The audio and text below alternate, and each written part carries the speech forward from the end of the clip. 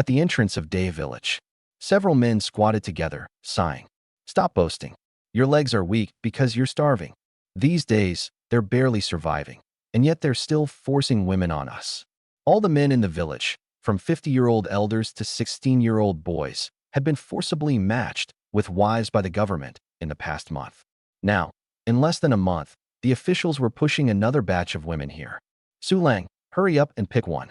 The official needs to rush to the next village, sighed village chief Zhang Sihai, his eyes full of pity. From the crowd emerged a young man as thin as a piece of paper, his complexion waxy yellow. He staggered with every 2 steps, as if he might collapse any moment. That was me, the pitiful worm on the verge of starvation. Look at that Su family kid, scrawny as a monkey. If he opens his mouth tomorrow, it's to meet the king of hell. He can't even survive, and he wants a wife? Looking for death. The villagers gathered around, their eyes mixed with sympathy and curiosity. Shut up. It's an order from the court. After the war, men are scarce. We must continue the family line. Whoever disobeys will be beheaded according to law. The leader of the official party, Li Si, slapped his waist sword, and the villagers immediately quieted down. I licked my cracked lips, a fire blazing in my stomach. I'd been through this world for 3 months, and I hadn't had a full meal yet. The original owner's entire family had died in war and famine. Only I was left, guarding a dilapidated hut. Su kid, you're the last without a wife. You must choose one today, Li Si said coldly. All right. I nodded weakly, my gaze sweeping over the women behind the officials. Suddenly, my eyes lit up. 3 of them were surprisingly high quality. The one on the left was tall and spirited, her brows full of disdain. The middle one was delicate, looking down softly, her temperament gentle. The smallest on the right had double buns, her big eyes full of fear, like a startled fawn. Each beauty was charming in her own way, but they all had one thing in common. Their chests were large, clearly able to bear children even if starved. I bitterly smiled in my heart. This isn't a wife pick, it's 3 death warrants. My small body could barely support one, let alone 3. What's worse, the government's rule was ruthless. The chosen women would be checked every 7 days. If any starved or ran away, the man's entire family would be executed. Right now, my entire family was just me. I didn't want to die. Just as I was struggling with these thoughts, a robotic voice suddenly sounded in my mind. Ding. Key decision detected. Marry to become stronger system activated.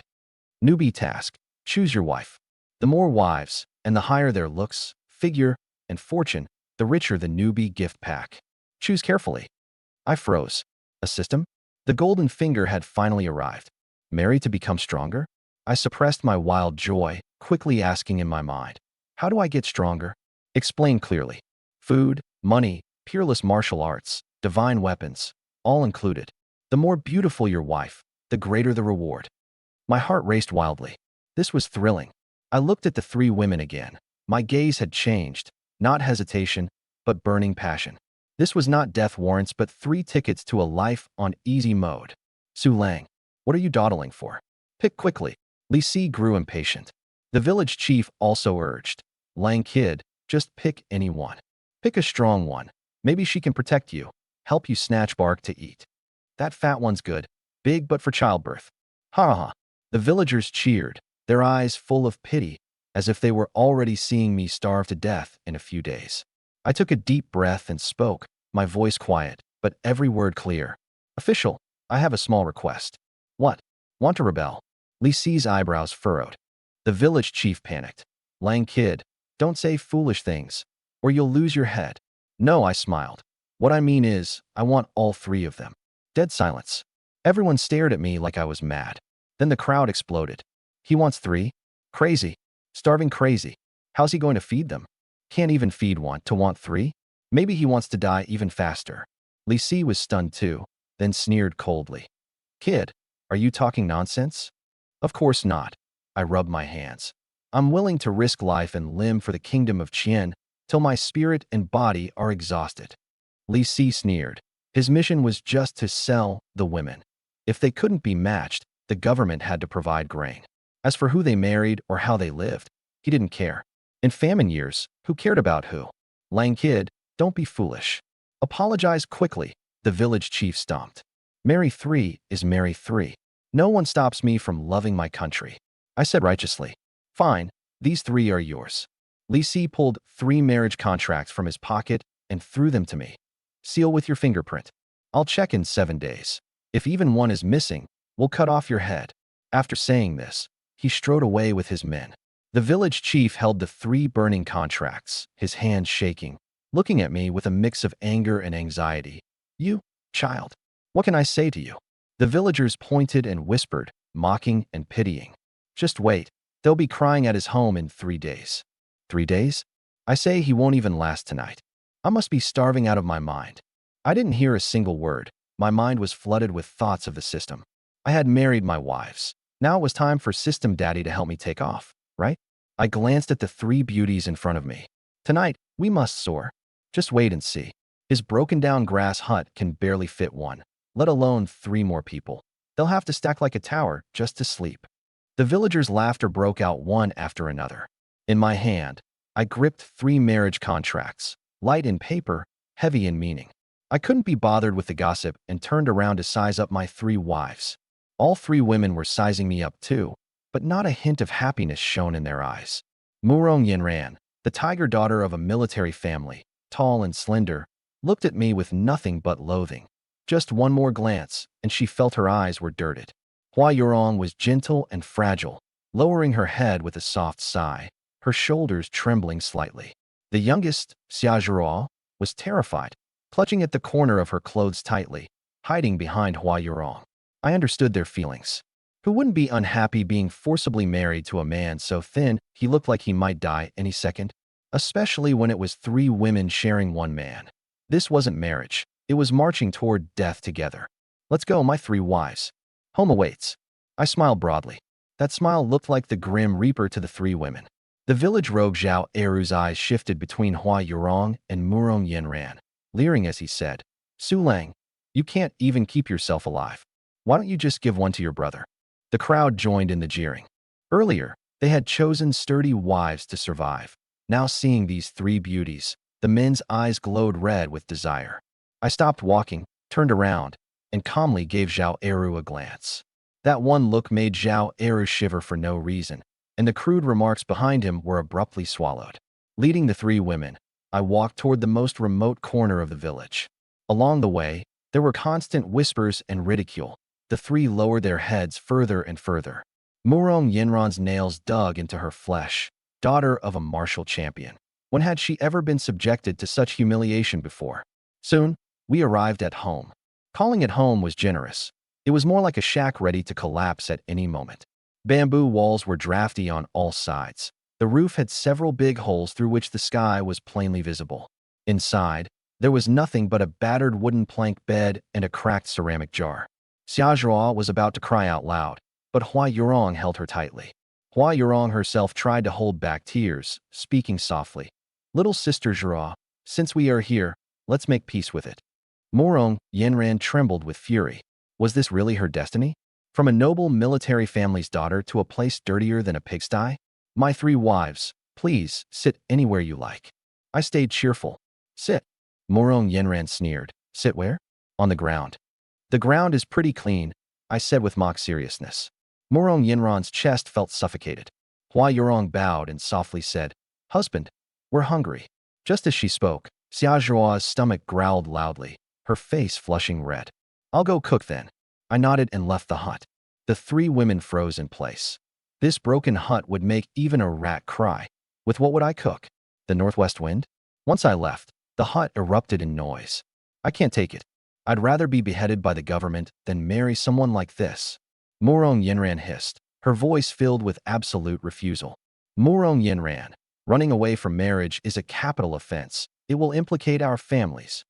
Hua Yurong hurried to stop her. Family. Murong Yinran sneered bitterly. My father died in battle. My mother passed away from illness. I have no family left. Even if I die, I, Murong Yinran, will die standing. Xia Zhuo sobbed in fear. I don't want to die. I'll listen to Sister Yurong. Hua Yurong sighed. The authorities will come to inspect in 7 days. Where could we run? There's famine everywhere outside. It's more dangerous than here. At least, here we have shelter from the wind and rain. Even she felt weak. This hut would probably be wetter inside than outside when it rained. Shelter from wind and rain? Open your eyes.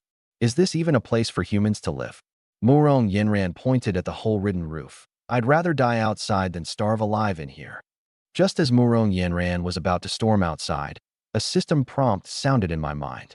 Ding. Congratulations, host. You have completed the beginner task. Choose your wives. The beginner gift pack has been awarded. I rejoiced inwardly. Open.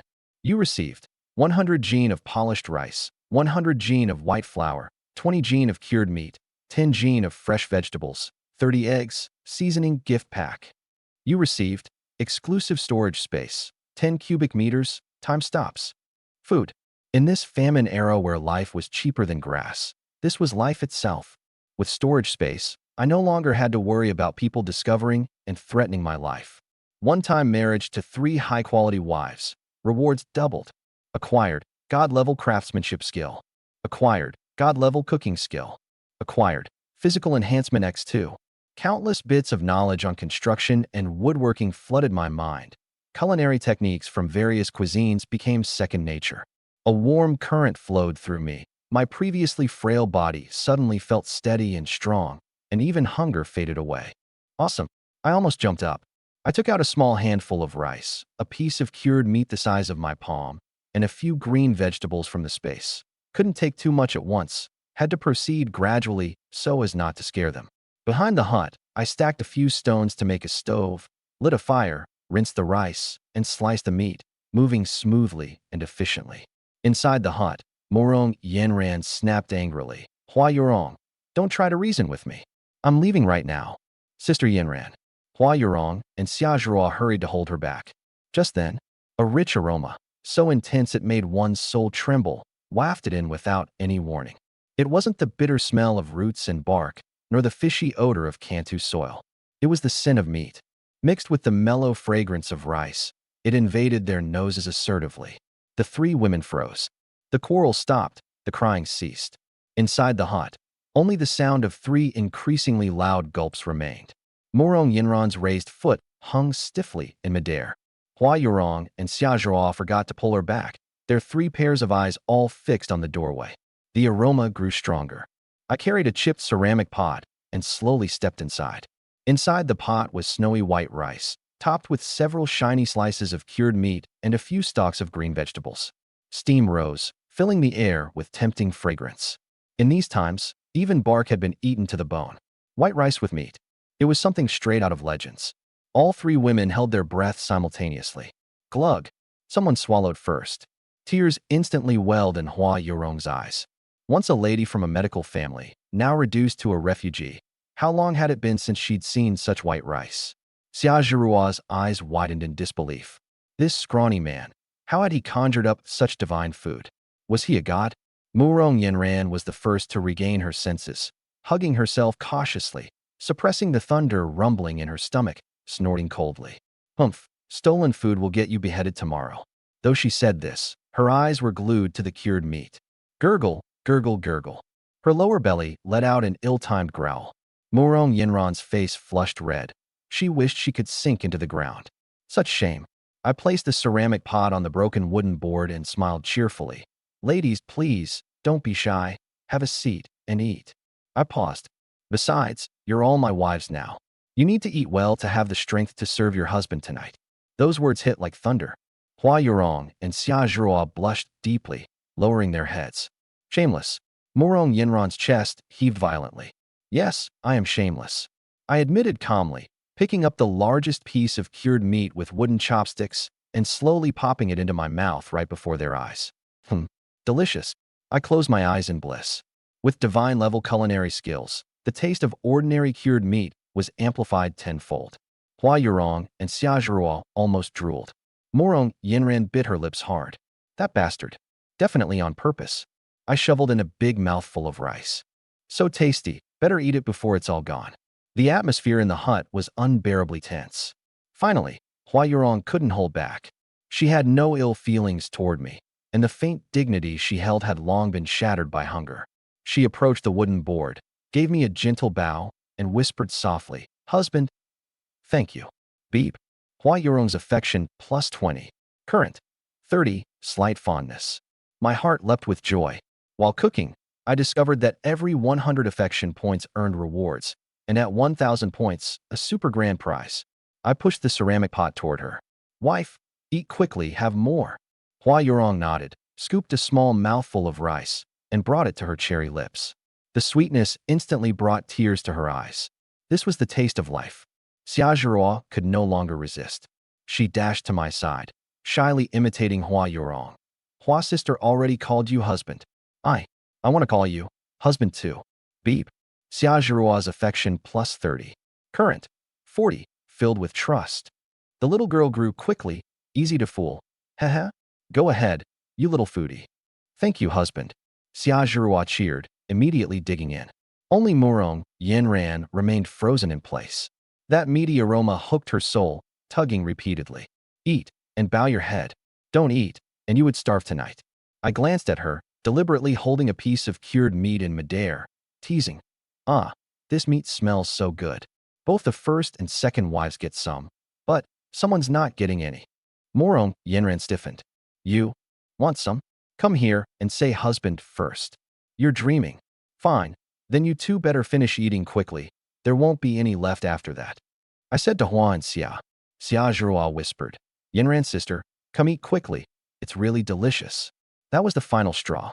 The proud daughter of the martial top scholar was actually being forced to eat by two traitors and a rogue. But the growling from her stomach was too honest. She closed her eyes, and when she opened them again, all her struggles had turned into resignation. She walked up to the wooden plank and squeezed out 2 words through clenched teeth. Husband. Her voice was barely audible, yet filled with humiliation.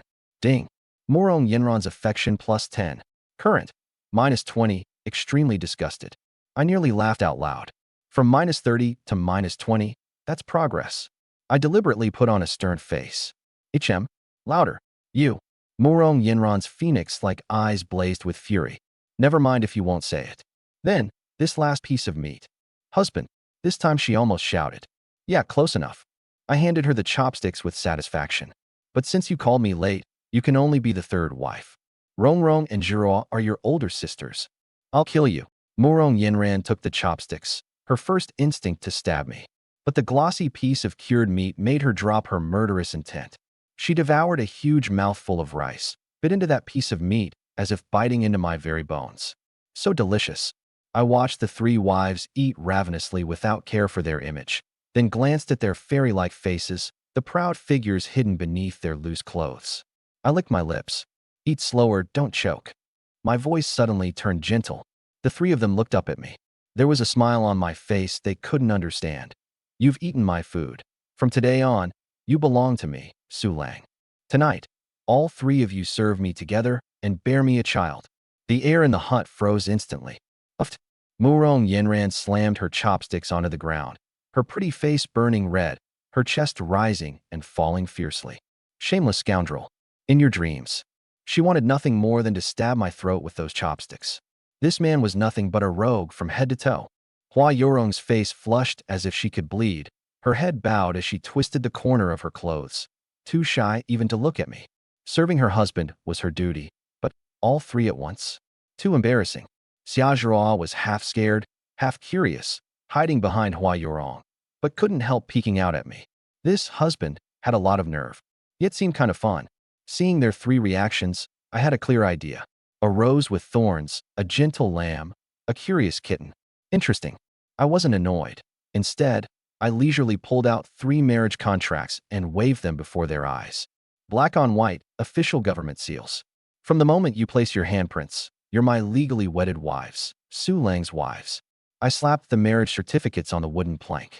Husband and wife sharing a bed, that's heaven's decree. Am I wrong? Murong Yanran was speechless.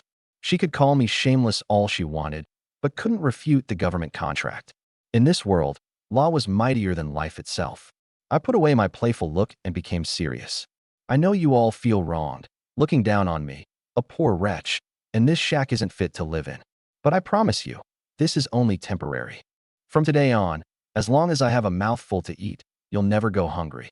Within a month, I'll get you into a house with green bricks and tiled roofs, with meat on the table every meal. Those words landed with weight. Coupled with the fragrant cured meat rice just now, it was surprisingly convincing. Hua Yurong looked up, moved by my sincerity.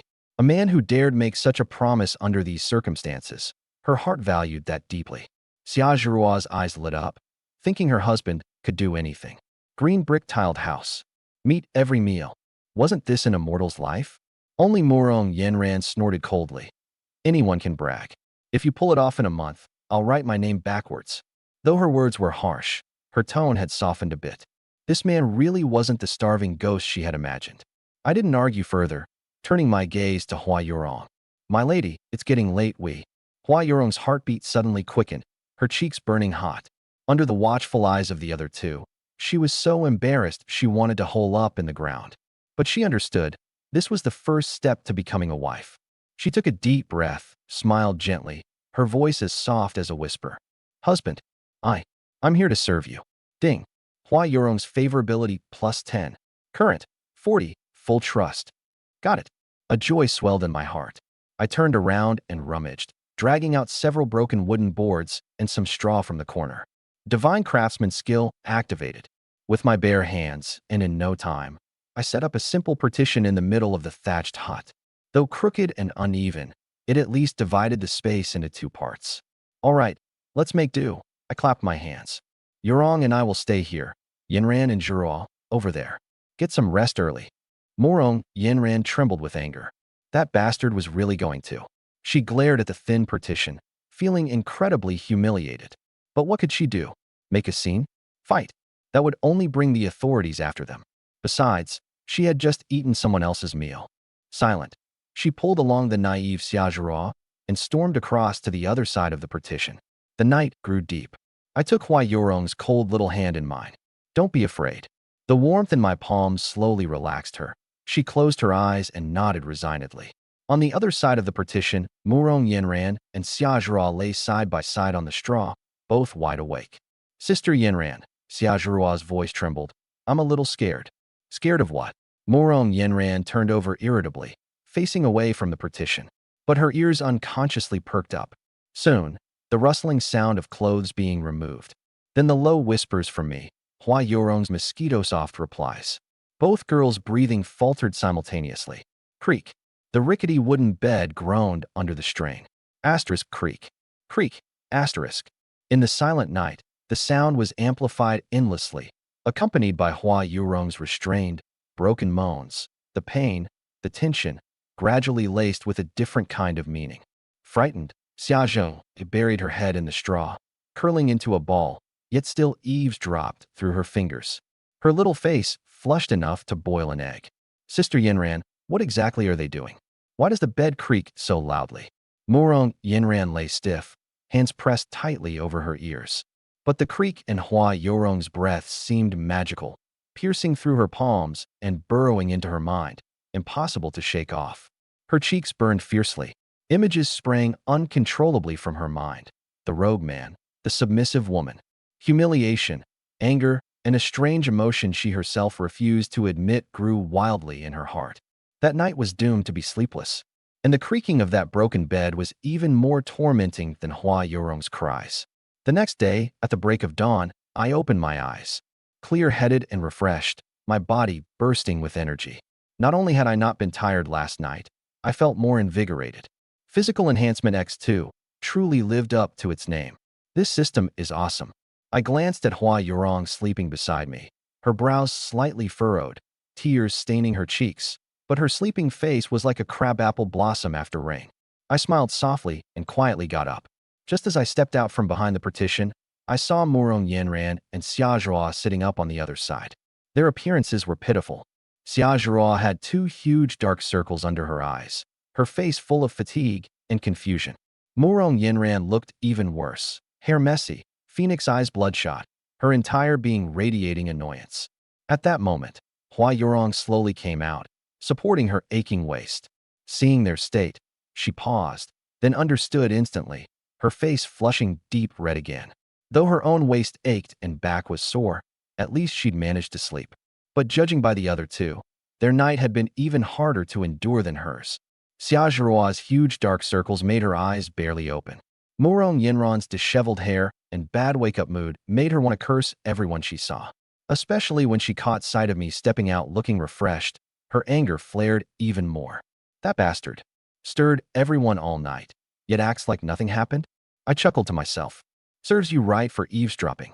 Ignoring Murong Yinran's murderous glare, I walked straight to the corner and took out half a jar of rice and some eggs from the storage space, starting a fire to cook porridge. Soon, the aroma of rice porridge filled the hut.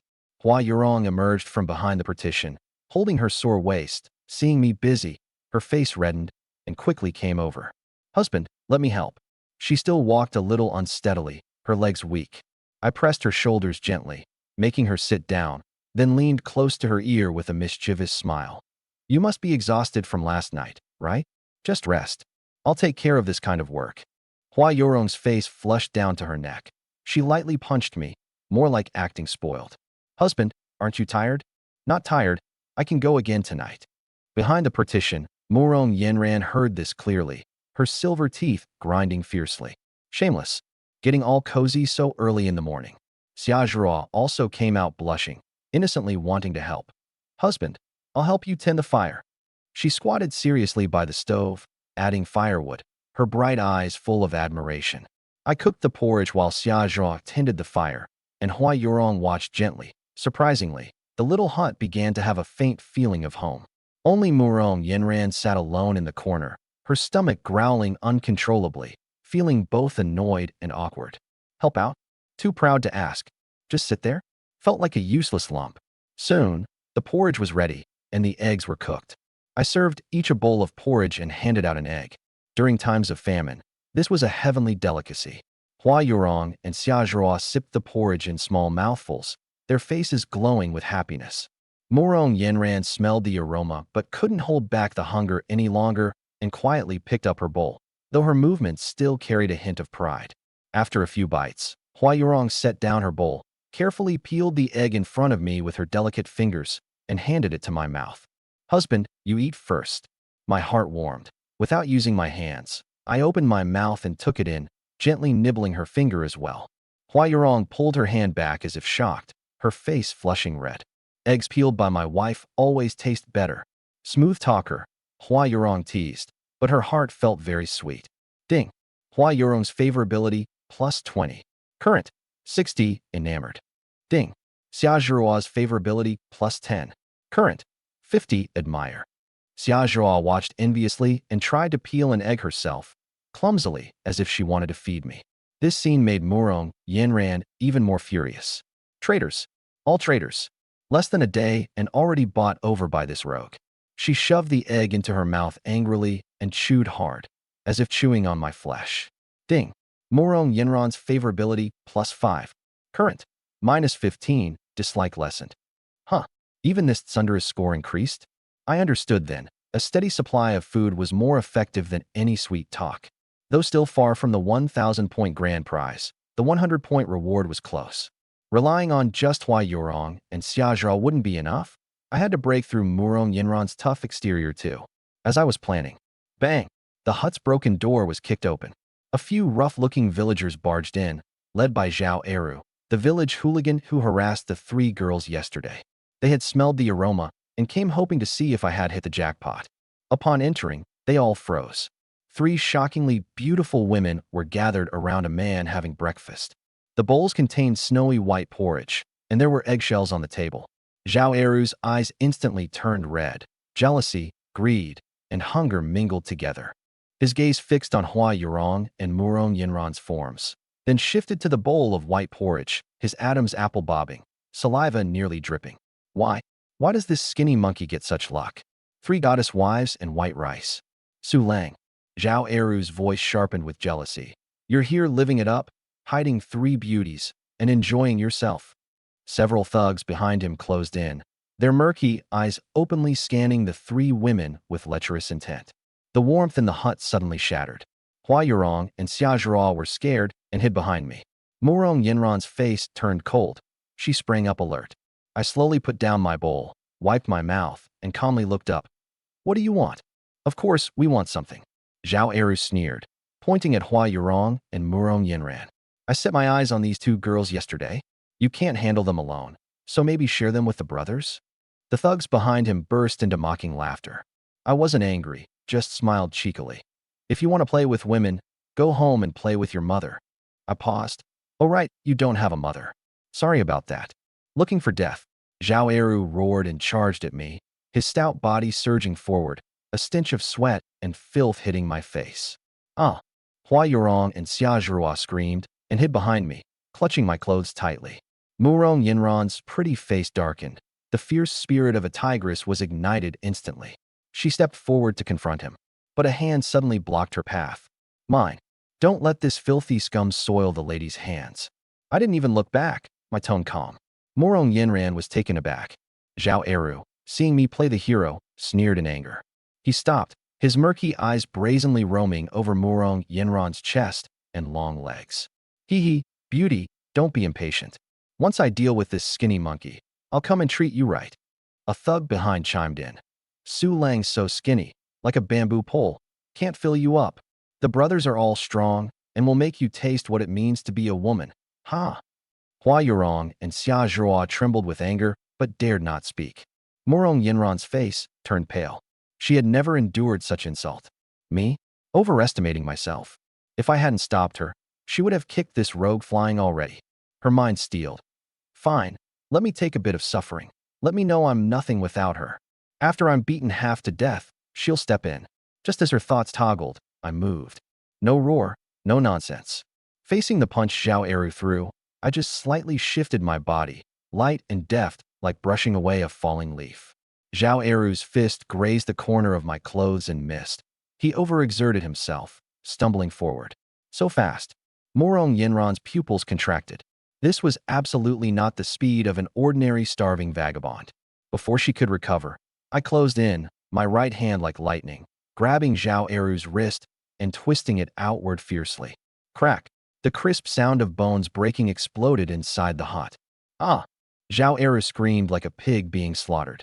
That thick arm twisted at a grotesque angle, and he collapsed to his knees in excruciating pain. All the other thugs were dumbfounded. The boss who was just flaunting his power a moment ago had his arm crippled in the next. I didn't stop. A kick hit Zhao Eru's chest, sending him flying like a broken sack straight into the thatched wall. Bang! The entire hut shook. Let's get him together. Kill him. A thug with bloodshot eyes grabbed a firewood stick and swung it at my head. Two others gathered their courage and tried to flank me from the sides. I didn't even look. I delivered a side kick. Bang! The thug at the front didn't even wait for the stick to come down. He was like a horse hit him. His body bent and flew backward, unconscious on the spot. In a flash, I appeared like a ghost in front of the one on my left. That thug felt his vision blur. Thud! His nose collapsed, blood gushed out wildly, and he fell back, rolling on the ground. Only one was left. Terrified, he screamed and turned to run. No sooner had he turned than his neck tightened. I grabbed his throat with one hand and lifted him up like a small chicken. His feet left the ground as he struggled wildly, his face turning purple, eyes bulging out.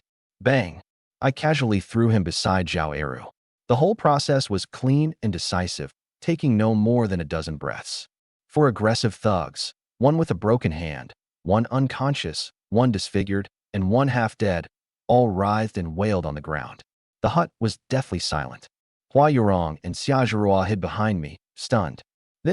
Is this really the weak husband who would collapse at the slightest breeze? Xia Zhihua's little heart pounded hard, staring at my not very tall, but incredibly reliable back, her eyes sparkling with stars.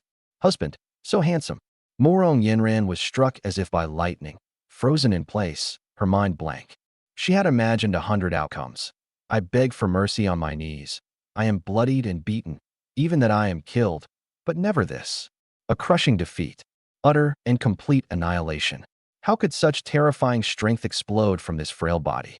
Such clean and resolute killing. He's definitely not an ordinary farmer. Just now, she had wanted me to suffer a little before stepping in to save me. That was a huge joke.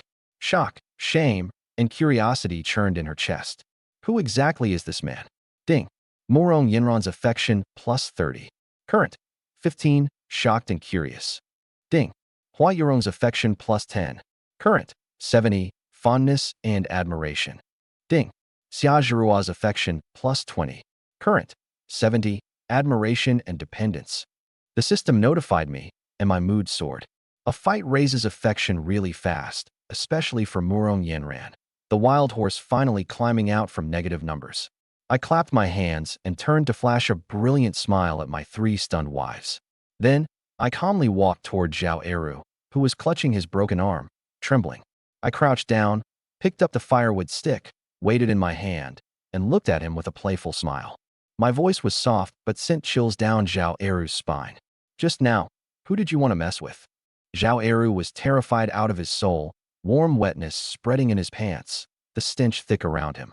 I was wrong. Grandpa, I was wrong. Too late. I raised the firewood stick. None of these scumbags would be spared. Zhao Eru clutched his broken arm, crying and kowtowing. Grandpa, I was wrong. I'm not human. Please spare me. I smiled and swung the firewood stick with more gusto. I glanced back at my three pale-faced wives. Ladies, turn around. It's a bit bloody down here. Hua Yurong and Xia Zhirua immediately turned and closed their eyes. Only Murong Yenran didn't move, her phoenix-like eyes fixed on me. She wanted to see what I dared to do. I ignored her and looked down at Zhao Eru. Be a good man in your next life. The firewood stick swept down with a whoosh. PFT. A muffled sound. It wasn't the cracking of bone, but the smashing of something wetter and heavier. Zhao Eru's pleas abruptly ended. His head splattered like a crushed watermelon, red and white splashing everywhere. Two other thugs who were still awake had their eyes nearly popping out and made a few scared huff-huff sounds before fainting. The hut was silent as death again. The blood and stench mixed into a nauseating smell. I tossed the firewood stick aside like I'd done something trivial. Too noisy. Hua Yurong and Xia Zhirua couldn't help but glance back, immediately retching. Murong Yenran's face turned pale. Born from a military family and having seen battlefield carnage, she knew war was between two armies. She had never witnessed such a calm, straightforward execution. I kill like crushing an ant. You killed someone. Her voice trembled. I glanced at her and said calmly, yes, I killed them. These scumbags ran wild in the village, with at least 2 deaths on their hands. The authorities ignore it, but I don't. Keeping them around will only harm more people. This is justice by heaven's will. Murong Yenran was speechless. It made sense, but my cold indifference chilled her more than the killing itself. Ding. Murong Yenran's affection +5. Current. 20. Deepening curiosity. I dragged the 4 corpses out of the hut one by one like dead dogs and threw them into the village's mass grave outside. Inside the hut, the 3 women looked at each other, trembling. When I returned, the bloodstains had already been wiped clean, and I looked as if nothing had happened. I looked at the 3 frightened little quails and grinned. Are you all scared stiff? Don't worry, I'm ruthless only to bad guys. To my own women, I can't even express enough tenderness. Xia Zhao burst into laughter through her tears, the relief still mingling with fear in her eyes. Hua Yurong also exhaled in relief, her gaze toward me complicated, with fear, admiration, but mostly reassurance. This man's methods were harsh, but he was protecting them. Murong Yenran snorted coldly and turned her head away, but her tense shoulders quietly relaxed. I scanned the 3 women, and my gaze suddenly halted. They were still wearing the rough, patched-up clothes they had on when they were brought in, covered in dirt and patches. Hua Yurong had been tormented last night. The neckline of her shirt was ripped open. The clothes are all torn like this. They need to get changed. I walked to the corner pretending to search for something, but actually retrieved a small bag of white rice and a few boiled eggs from the storage space. Take these to town and exchange them for some fabric. The 3 women froze. In these times, human life was worth less than grass. A single mouthful of grain could buy a life. And yet he was willing to trade such precious food to get cloth? Just to make new clothes for them? Tears immediately welled in Hua Yurong's eyes. Xia Zhirua's small mouth parted silently, so moved she couldn't speak. Even Murong Yenran's heart was struck hard. Her father, when alive, had cared for her like that too. Husband, we'll go with you. Hua Yurong quickly spoke up, not trusting me to go alone. Yes, we'll keep you company on the road. Xia Zhirua nodded repeatedly. I thought for a moment and nodded in agreement. Someone had just died in the hut. It really wasn't safe to leave them behind alone. The 4 of us tidied up a bit and set off toward the town. On both sides of the road were starving, skin-and-bones beggars, their eyes hollow, like walking corpses. A man dragged his 7- or 8-year-old daughter and pleaded to a passing merchant caravan. Sir, Please have mercy. I'll sell you my daughter for half. Just half a small cake. The girl was pale and gaunt, passively pushed by her father, neither crying nor resisting. Not far away, a man was beating his newlywed wife with fists and feet. You useless burden. Since marrying you, I don't even have a crust to eat. I'll beat you to death. The woman curled up on the ground holding her head. Stop hitting me. Where else can I find food? Just kill me if you want. These tragic scenes slammed hard into the hearts of the three women. Tears silently streamed down Xiaojurua's cheeks. Hua Yorong's delicate face turned pale as she clutched my sleeve tightly. They all shared the same thought. If they hadn't met their husband, would that girl being sold, or that woman being beaten, have been themselves? Even the usually strong Murong, Yanran looked solemn, her mind in turmoil. Suddenly, she felt that the man who could kill, joke, and was willing to trade his prized grain for clothes seemed not so detestable after all. As I silently led the three women through this hell on earth, system notification sounds exploded wildly in my mind. Ding. Hua Yorong's favorability plus 10. Current. 80. Faithful. Ding. Xiaojurua's favorability plus 10. Current. 80. Faithful. Ding.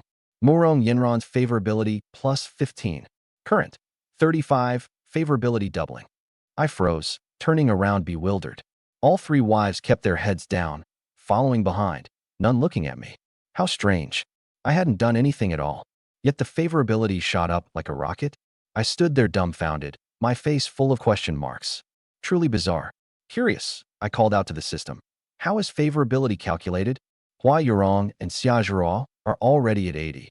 Can it still increase after reaching the max? Host attention. Favorability 100 denotes faithful, but it is not the upper limit. Love has no end. It can continue accumulating beyond 100. Friendly reminder.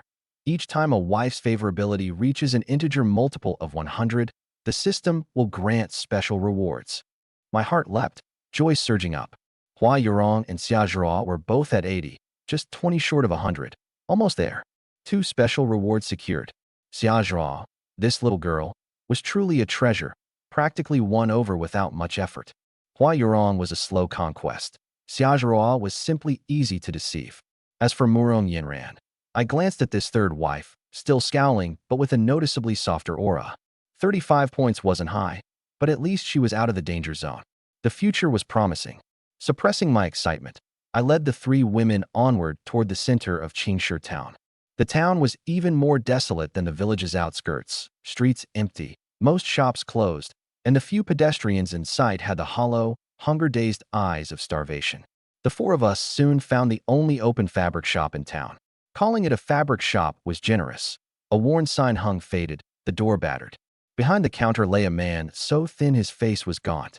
When someone entered, he lazily lifted his head. "What do you want, sir?" His voice quivered like he might pass out at any moment. The fabric inside was coated with thick dust. "Boss, how much is the cloth?" I asked. Boss Zhang waved his hand dismissively. "Not for sale. These days, silver can't put food on the table." His cloudy eyes swept over the four of us as he spat out a few words. "Only for food." No sooner had he spoken than I grabbed a large handful of rice from my cloth bag. It wasn't coarse rice mixed with sand, but pure white, crystal clear, each grain plump and full. In the dim shop, that handful of rice shone dazzlingly. Boss Zhang's breath caught instantly. The three women were all stunned as well. "Husband," Hua Yurong quickly tugged my sleeve. "So much rice, it's such a waste." Her face was full of heartache. This rice was saved for making porridge, enough for the four of us to eat well for days. Yet now I wanted to trade it for cloth. Xiaojia also pouted. "Husband, we still have clothes to wear. It's not worth it." Murong Yanran was even more direct, speaking coldly. "Su Lang, are you crazy? Do you know what 1 grain of rice can be exchanged for outside? A few feet of ragged cloth." Her words carried an urgency for the family's welfare she didn't even realize herself. I hadn't replied yet. Thud.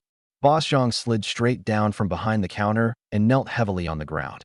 He stared fixedly at the handful of white rice, his emaciated body trembling violently, strange ho-ho sounds coming from his throat. "Rice, it's white rice." The next moment, the man in his 40s burst into tears with a wah and crawled to my feet, clutching my leg with both hands and feet.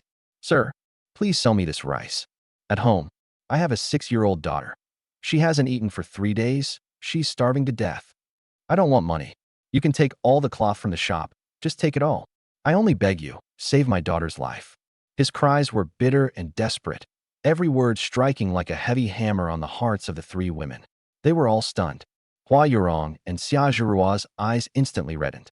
Murong Yinran's whole body stiffened, frozen in place. Just now, they had still been pitying that handful of rice, complaining about me trading grain for cloth. But now they truly understood. This handful of rice, here, wasn't just a few yards of cloth, nor just a few meals. It was a life. And I was about to take this life-saving thing just to exchange it for several new clothes for them. A warm current mixed with guilt, emotion, and shock swept away the last bit of restraint in their hearts. Hua Yurong gazed dreamily at my profile. This man, who looked carefree and even somewhat roguish, harbored the deepest gentleness for them in his heart. Xia Zhirua's eyes were brimming with tears, feeling her husband was the best man in the world. Murong Yinran was also deeply shaken. She looked at the father kneeling at her feet, begging bitterly for his daughter's life, then at the silent man who had been quietly paying for them. These two images gradually merged in her mind. Suddenly, she felt that this man, who had been forcibly assigned to her by the government, somehow, wasn't so detestable after all. At that moment, a divine chime sounded in my mind. Ding. Hua Yurong's affinity plus 20. Current, 100, wholehearted. Ding. Xia Zhirua's affinity plus 20. Current, 100, wholehearted. Ding. Murong Yinran's affinity plus 20. Current, 55, deeply moved. Success. 2 perfect scores. Joy surged in my heart, but my face remained expressionless. I bent down and helped the nearly fainting Boss Zhang up. Boss, get up first. I poured the entire handful of rice into Zhang's trembling hands. Take this rice and make porridge for your daughter. As for the cloth, just take whatever you need. No sooner had I spoken than, ding, detecting 2 wives' affinity reaching 100 points for the first time, calculating special rewards. Ding, rewards being sent. Ding, congratulations, host received. Food gift pack, 500 gene of polished rice, 500 gene of flour, 100 gene of cured meat. Ding, congratulations, host received. Physique enhancement X2. A warm wave exploded fiercely, several times stronger than before. My bones crackled, muscles quietly becoming resilient. My physique had doubled again, now 4 times that of an ordinary person. Awesome. Before I could recover, the system chimed again. Ding. Super Seed Gift Pack. 100 gene each of potatoes, sweet potatoes, and corn. Ding. Divine level hunting skill. My heart raced. Potatoes, sweet potatoes, corn, high-yield crops from the future, were miraculous treasures in these times. The divine hunting skill was even more powerful, instantly imbuing me with tracking, setting traps, archery, and close combat abilities, turning me into a seasoned hunter of the wilderness overnight. This meant an endless supply of meat. I suppressed my excitement and regained my composure. Zhang was still kneeling, clutching my leg and crying. The 3 beautiful wives stood nearby, stunned and moved. Boss, the floor is cold, get up. With one hand, I lifted the skinny Boss Zhang up. The steady strength surprised him again. I stuffed the rest of the rice into his arms. Take it home and make porridge for your daughter. The child's the priority. Sir, you are my savior. Boss Zhang choked on his tears, holding the rice tightly. He turned and dashed into the back room to retrieve a set of keys. Sir, take any cloth you want from the shop. Even the stockroom. Take it all if you want. In this famine era, a bag of rice could save a life. Trading it for old rags was nothing at all. Husband, Hua Yurong pulled on the corner of my clothes, eyes shining with tears. I want to make you the finest new clothes with the best fabric. Xia Zhirua nodded firmly, yes. Husband will definitely look the best in them. Even the reluctant Murong Yinran turned her head away and murmured softly, okay, I guess. I laughed heartily. Let's listen to the ladies. Boss, bring out the best materials. All right. Soon, several bolts of sky blue fine cotton and sturdy linen were piled on the counter. The 3 women's eyes lit up, chirping and eagerly gathering around. This one for the outer garment. This one is soft, good for the inner wear. Yinran's sister, how about making a skirt out of this? In the end, I almost robbed 5 bolts of top-quality fabric, enough for each of the 4 of us to have 2 or 3 outfits. Carrying the cloth, we stepped outside, the 3 women's faces glowing with long-lost joy. But after taking a few steps, Xia Zhua grew worried again and whispered, Husband, you took so much cloth and used up rice. Is there still enough grain at home to eat? Hua Yorong gently patted her. Don't ask foolish questions. The husband knows what he's doing. Murong Yinran remained silent, tightening her grip on the bundle of cloth. She had truly begun to worry about this family. I treated them too well, so well that it made her afraid. Afraid it was just a fleeting moment. I smiled, saying nothing. What was there to explain? Tell them I have a system, and the grain is piled high enough to last forever? Some secrets are best kept to oneself. As the four of us neared the entrance of Daya village, a burst of crying shattered the tranquility. Please, Uncle Zhao. You promised 2 pounds of white flour. Get lost. Old man, shameless. Beneath the large locust tree at the village entrance, a circle of numb villagers had gathered. In the center of the crowd, a burly man with a face full of rough flesh was roughly dragging a young woman. Even her simple hairpin and cloth skirt couldn't hide her delicate beauty. Li Xiuji, the village's famed beauty. Her father, Li Cheng, knelt on the ground, clutching the big man's leg, tears streaming down his face. I froze for a moment. The previous life's beloved was this village beauty, but that was in another life. My wife is beautiful and gentle, with a full chest. What need do I have for other past loves? Uncle Zhao, my daughter sold herself to you just to get 2 pounds of white flour to save her life. And you give us these 2 worthless bird eggs. How are we supposed to live like this? Li Cheng held 2 dusty, small bird eggs tightly in his hand. The big man was visibly annoyed. It was Zhao Er's older brother, the village's only hunter, Zhao Dawa. Relying on his strong body and hunting skills in the mountains, he always acted tyrannically around the village. Damn you! Zhao Dahua kicked Li Cheng squarely in the chest. Bang! The old man collapsed like a rag doll, clutching his chest and coughing. Lucky for you that I fancy your daughter. Daring to haggle, Zhao Dahua sneered, hoisting the crying and struggling Li Xiuji onto his shoulder. Little beauty, come home with me for some meat. Villagers nearby all kept their heads down, cursing silently. In these times, whoever has food is king. Zhao Dahua might be a bully, but he was also the only one in the village who could get meat. Hua Yurong and Xia Zhua turned pale with fear, instinctively pressing close to me. Murong Yinran, however, was seething with rage. She hated bullies like this. She stepped forward to speak. A warm hand pressed on her shoulder. I didn't realize when I had stepped in front of her, shielding my 3 wives behind me. I looked at the man carrying Li Xiuji, then at the groaning old man on the ground. Zhao Dahua turned arrogantly and caught sight of our group. His gaze swept over Hua Yurong and Murong Yinran, lecherous light burning brightly in his eyes. Well, who's this young lady showing up out of nowhere? Much prettier than Li Xiuji. The weak and frail Li Xiuji, slumped from the rain like a small white flower, was pitiful. But the 3 before him were truly top-tier beauties. The fullest figure was gentle and tender, obviously someone who would care deeply. The youngest was lively and adorable, her big, sparkling eyes making you want to pull her close. The most eye-catching was the woman clutching the cloth, with a cold expression, tall and proudly poised. Her broken clothes couldn't hide her heroic aura. Such a wild horse was worth conquering. Zhao Dahua's Adam's apple bobbed. Wicked flames surged straight to his forehead. His brother Zhao Eru had boasted yesterday that Su Lang, that useless man, had 3 fairy wives. Zhao Dahua hadn't believed it until today. Damn, even Zhao Eru was holding back that story. As for me, he didn't even see me as a threat. Everyone in Daya village knew I was a sickly weakling who'd collapse in the slightest wind. Su Lang, you're one lucky bastard. Zhao Dahua sneered, tossing Li Xiuji to the ground like a sack, then pointed at Hua Yurong and Murong Yinran. I'm in a good mood. Let me borrow these 2 wives for a few days, and I'll spare you. His lackeys egged him on. Brother who? You fancy his women. That's your favor to him. You sick monkey, can you even handle 3? I was hesitant at first. Saving Li Xiuji was a kindness, but the previous life's love didn't concern me, and there was no need to provoke the local gangsters. But now, this was no longer a trivial matter. Daring to eye my wives. This wasn't about profit or loss. It was courting death. Brother who's marrying 4 today. One lackey continued to flatter. Zhao Dahua puffed his chest and laughed loudly. Exactly. Su Lang, bring out the 3 marriage contracts and make your marks. Hua Yurong and Xia Zhurua shrank behind me, their faces pale. Murong Yinran trembled with anger. At that moment, Li Xiuji struggled up and stood in front of me.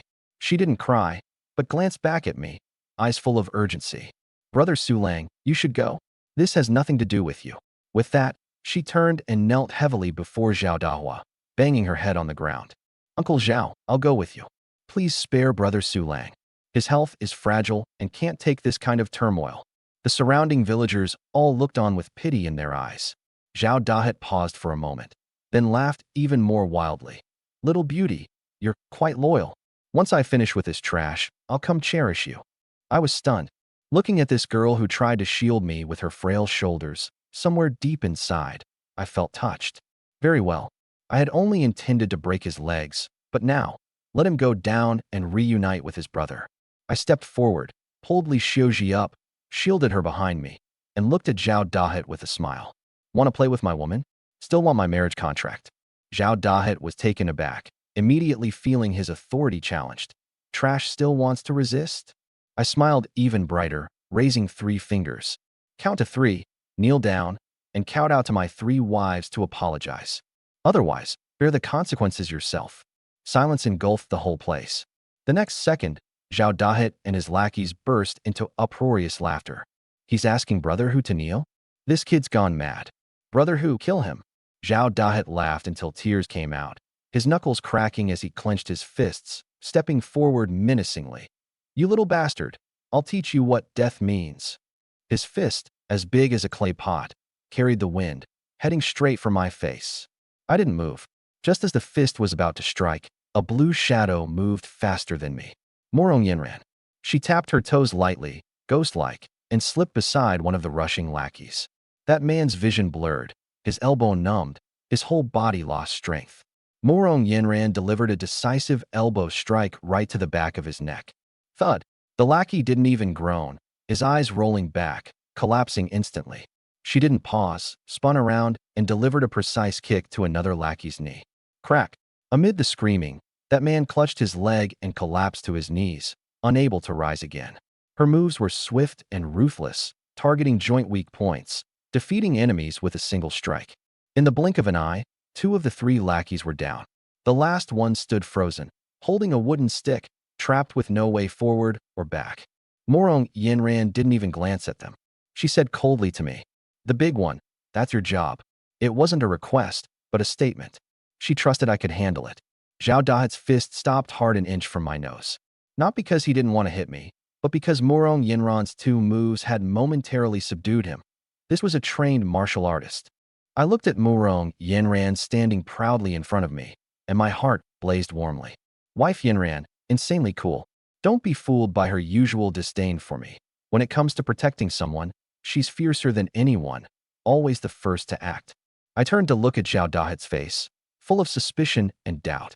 My smile gradually faded, turning into a chilling calm. Your brother Zhao Eru. He misses you. Zhao Eru? His brother's name? Zhao Dahet was utterly confused. He had no idea his own brother had long been tossed onto a mass grave, his body probably already fed to wolves. To him, I was just putting on a show, spouting nonsense. Looking again at Morong Yinran standing before me, with her skills and icy aura, he did feel a twinge of fear. But that was all. No matter how good a woman fights, could she beat a scoundrel who had lived half his life on the streets? And as for me hiding behind them, pure trash. Zhao Dahua's fury overwhelmed his remnants of caution as he glared at me with a savage grin. You little bastard, think hiding behind a woman keeps you safe? Get out here. He swept past Morong Yinran, his broad palm clenched into a fist, roaring as he swung it toward my head. Morong Yinran was about to intervene, but I pressed a hand onto her shoulder. Yinran, my dear, thanks for your hard work. No need to use a sledgehammer to kill a chicken. She turned her head toward me, eyes filled with suspicion. Was I crazy? I didn't dodge, didn't block, didn't even take a defensive stance. I met Zhao Dahua's punch head-on and struck back with a punch from my other hand, colliding with brute force. Looking for death, Zhao Dahua snarled. Test strength? There was no one in Qingshui town who could best him. The onlookers gasped in shock. Is Su Lang crazy? That arm's ruined. Li Xiuji closed her eyes in fright. Bang! 2 fists of vastly different size slammed hard into each other. The scene I expected, bones breaking, tendons snapping, didn't happen. Instead, crack, a sharp sound of finger bones dislocating. Arg! Zhao Dahua groaned in pain, his sturdy body staggering backward 5 or 6 steps, his face swelling to a dark purple, like pig liver. The iron fist he prided himself on now hung crookedly, fingers twisted in a grotesque shape, the back of his hand swollen terribly. As for me, I only took half a step back, shook my hand, and my expression didn't even change. A dead silence fell over the crowd. Everyone's mouths gaped, eyes wide. What the hell just happened? That weakling who couldn't even hurt a chicken had just injured the top brute in Qingshui town with a single punch? Zhao Dahua's remaining lackey dropped his wooden club with a clatter, his legs going weak. Morong Yinran's beautiful eyes were filled with shock too. She understood better than anyone how terrifying that punch had been, even stronger than what it took to handle Zhao Erwo. How many secrets did this man's body hide? I felt the rushing power surging within me, ecstatic beyond words. I stepped closer to Zhao Dahua, a cold smile like ice on my lips. I gave you 3 seconds. Too bad you didn't heed. It's too late if you want to run now. Cold sweat poured down Zhao Dahua's face. Being publicly defeated by a cripple like me was a humiliation worse than pain. You, how dare you? See if I dare. I lifted my foot and kicked toward his knee. Stop. Fighting in the street, do you want to die? The crowd parted as Li Si, the head constable of Qingshui town, strode forward with 2 subordinates. Li Si cast a sharp glance at the scene, brow furrowed. What's going on? Zhao Dahua sneered. Bossly, I bought a wife with grain, and this kid Su Lang tries to snatch her away. Li Si's eyes sharpened as they turned toward me. Is this your doing? Before I could answer, Li Xiuji gathered courage and rushed forward. Thump. She knelt before Li Si, tears streaming. Officer, it's nothing to do with Brother Su Lang. Zhao Dahua tried to snatch me and beat Brother Su Lang.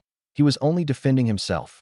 Li Si glanced at the terrified lackey and the few groaning on the ground beside them. He understood the situation almost entirely. He knew well what kind of scoundrel Zhao Dahua was. This kid terrorized the town's women more times than he could count. But how did he lose today? And to a cripple like me? Li Si's thoughts ran wild, but on his face was only a cold snort. Zhao Dahua, it's you again. Next time you try this, you'll be locked up directly. Get lost. Zhao Dahua's eyes fixed on me, filled with murderous resentment. He touched the dagger at his lower back. If Li Si hadn't shown up, he seriously wanted to stab me full of holes. Su Lang, just you wait. Uttering these threats, Zhao Dahua clutched his injured hand and slunk away. Li Si looked me over once more with a gaze full of scrutiny and warning, then left. The crowd dispersed, leaving only my family and the kneeling Li Xiuji and her father at the street corner. Li Cheng looked at his daughter with a face full of lingering fear. He had narrowly escaped disaster today, but Zhao Dahua was vindictive and would never let this go. He was finished, and so was his daughter. Suddenly, he bit his lip and hurried to me. Thump. He knelt, pounding his head on the ground several times with a loud thud. Master Su, thank you for saving my little girl today, but we've made Zhao Dahua angry, and there'll be no good times for us from now on. Li Cheng looked up with pleading eyes. Please, take Xiuji in. I don't want money. I beg you, just give her a meal a day, let her survive. Joy instantly surged in my heart. Damn, picking up a gentle beauty as a wife for free. Li Xiuji was so kind, and this was a fast way to boost my favorability. Marrying a wife came with a big bonus. This was pure profit, but I couldn't show it on my face. There were still 3 pairs of eyes watching. I feigned reluctance, glancing at Hua Yorong, Morong Yinran, and Xia Zhuo, then sighed. Uncle Li, it's not that I don't want to help, but you know how things are at home. One more mouth means one more burden. Kneeling, Li Xiuji shuddered, slowly raising her tear-streaked face, filled with despair. Yeah, I had already saved her once. Why should I be responsible again? I still had 3 celestial sister-in-laws at home. Life wasn't easy as it was. How could I afford another burden? It's all her fault. Li Xiuji bit her lips until they turned white, tears falling like broken pearls. She suddenly stood up and gave me a deep bow. Brother Su Lang, thank you. I won't be a burden to you. After saying that, she actually turned around and staggered off in the direction Zhao Dahua had left. I'm going to find Zhao Dahua. I'll tell him not to bother you anymore. Her voice was full of determination. I told him, as long as he doesn't trouble Brother Su Lang, I'll obey him in everything. I only ask, Brother Su Lang to be safe. Hua Yorong, Morong Yinran, and Xia Zhou watched Li Xiuji's fragile figure, willing to sacrifice herself rather than bring trouble to her benefactor, and their hearts softened simultaneously. This girl, too foolish and too kind. Hua Yurong reacted the fastest, taking a quick step forward to tightly embrace Li Xiuji from behind. She looked back, tears glistening in her eyes as she looked at me. Husband, that single word was as soft as a feather, scratching right at the tip of my heart. I was already bursting with joy inside, but I couldn't let it show on my face. Murong Yinran was still watching attentively. If I showed too much eagerness, the goodwill I just gained would instantly drop into the negatives. Stay calm. I pretended to be troubled and let out a long sigh, putting on a face full of righteousness and inner struggle. I, Su Lang, stand tall as a man of integrity. How could I take advantage of someone in a vulnerable state? You three ladies are all officially married in the eyes of the government, and I have sworn to treat you well for life. If I accept Xiuji today, wouldn't that make me a frivolous and lustful man? You all understand me. These noble words both steadied the emotions of the three women and, at the same time, tested Murong Yenran's attitude. But to Li Xiuji's ears, it was the final straw that broke her. Yes, Brother Su Lang was right. He was a hero who stood tall and upright. How could he want a burden like her? Despair and gratitude churned in her heart. Brother Su Lang must be saying this to save her from embarrassment. He really was a good person. Because of this, she couldn't bring him down. Sis-in-law, let go of me. Li Xiuji suddenly struggled fiercely, her strength surprisingly great, crying out as she tried to break free. It's me who's dragging Brother Su Lang down. I'll go find Zhao Dahu. As long as he never troubles you again, I'm willing to do anything. This resolute determination to pay with her life struck the softest spot in Hua Yorong's and Xia Zhirua's hearts. Looking at the desperate girl before them, it was like seeing themselves not long ago. If they hadn't been assigned to me by the authorities, their fates would probably have been even worse than Li Xiuji's. The girl sold in public, the woman beaten by her husband. Tears immediately streamed down their faces. Husband, Xia Zhirua couldn't hold back anymore, rushing forward, grabbing the corner of my clothes and shaking it violently. Sis Xiuji is so pitiful. Let's help her. At worst, I'll eat less from now on and share my meals with her. The little girl cried with tears streaming down, her words naive but pure enough to melt anyone's heart. A warmth spread through my chest as I raised my hand to pat her head. Silly girl, with me here, there's no way you'll ever go hungry. Murong Yinran, who had been cold-faced and arms crossed, was also shaken deeply at this moment. She glanced at the old man Li Cheng, who had knelt and fainted from crying, then looked at Li Xiuji, who was willing to die rather than burden her benefactor. A long-lost sense of chivalry suddenly surged from her heart. Her father, the former martial champion, had died on the battlefield protecting the common people of this world. Turning a blind eye was not the Murong family style. She snorted coldly and sharply turned her head away, hiding her reddened eyes. It's better for her to have one more pair of chopsticks at the table than to let her go to her death. Her voice was low, trembling slightly, but every word was clear. It's settled. Seeing the moment was right, I knew it was time to wrap things up. I cleared my throat and put on my helpless and troubled expression. Alas, since the three ladies are all so kind-hearted, I'm not a stone-hearted man, and I can't just stand by and watch someone die. I paused and looked at Li Xiuji, who was already stunned. Here's the deal, Miss Xiuji, I can marry you. But, I changed the tone, my expression turning extremely serious. Our family values reason. But, ladies, do you truly agree to this? I had indeed consulted you all. If you agree, you must live together harmoniously. No backing out. No dredging up old conflicts. I gave myself a mental high five. Brilliant. Absolutely brilliant. Hua Yurong and Xia Zhirua didn't hesitate and nodded repeatedly, fearing I'd change my mind. I agree. I agree too. In an instant, all eyes turned to the only person who hadn't spoken yet, Murong Yinran. Under so many burning gazes, her sharp and handsome face instantly flushed red. She shifted her feet uncomfortably, her hand clutching the fabric tightening threefold. She just said, adding an extra pair of chopsticks? She never said I had to marry her. Where exactly did things go wrong? Right in front of so many people, to verbally agree to my husband taking another wife? That's even more unbearable than killing her. But if she doesn't agree, can she just stand by and watch the girl jump into the fire pit? Murong Yinran couldn't do that. Under the expectant gazes of everyone, she held back for a long time, finally squeezing out through clenched teeth. What are you staring at? She snorted coldly again, turning her head away in anger and embarrassment. It's just an extra pair of chopsticks. So, Sister Yanran agrees then? Xiaozhua happily chimed in beside her. Little girl, well done. Tonight you get a reward. I silently gave her a thumbs up in my heart again. I agree. Morong Yanran said angrily. She always felt she had fallen into my trap, but just didn't have the evidence yet.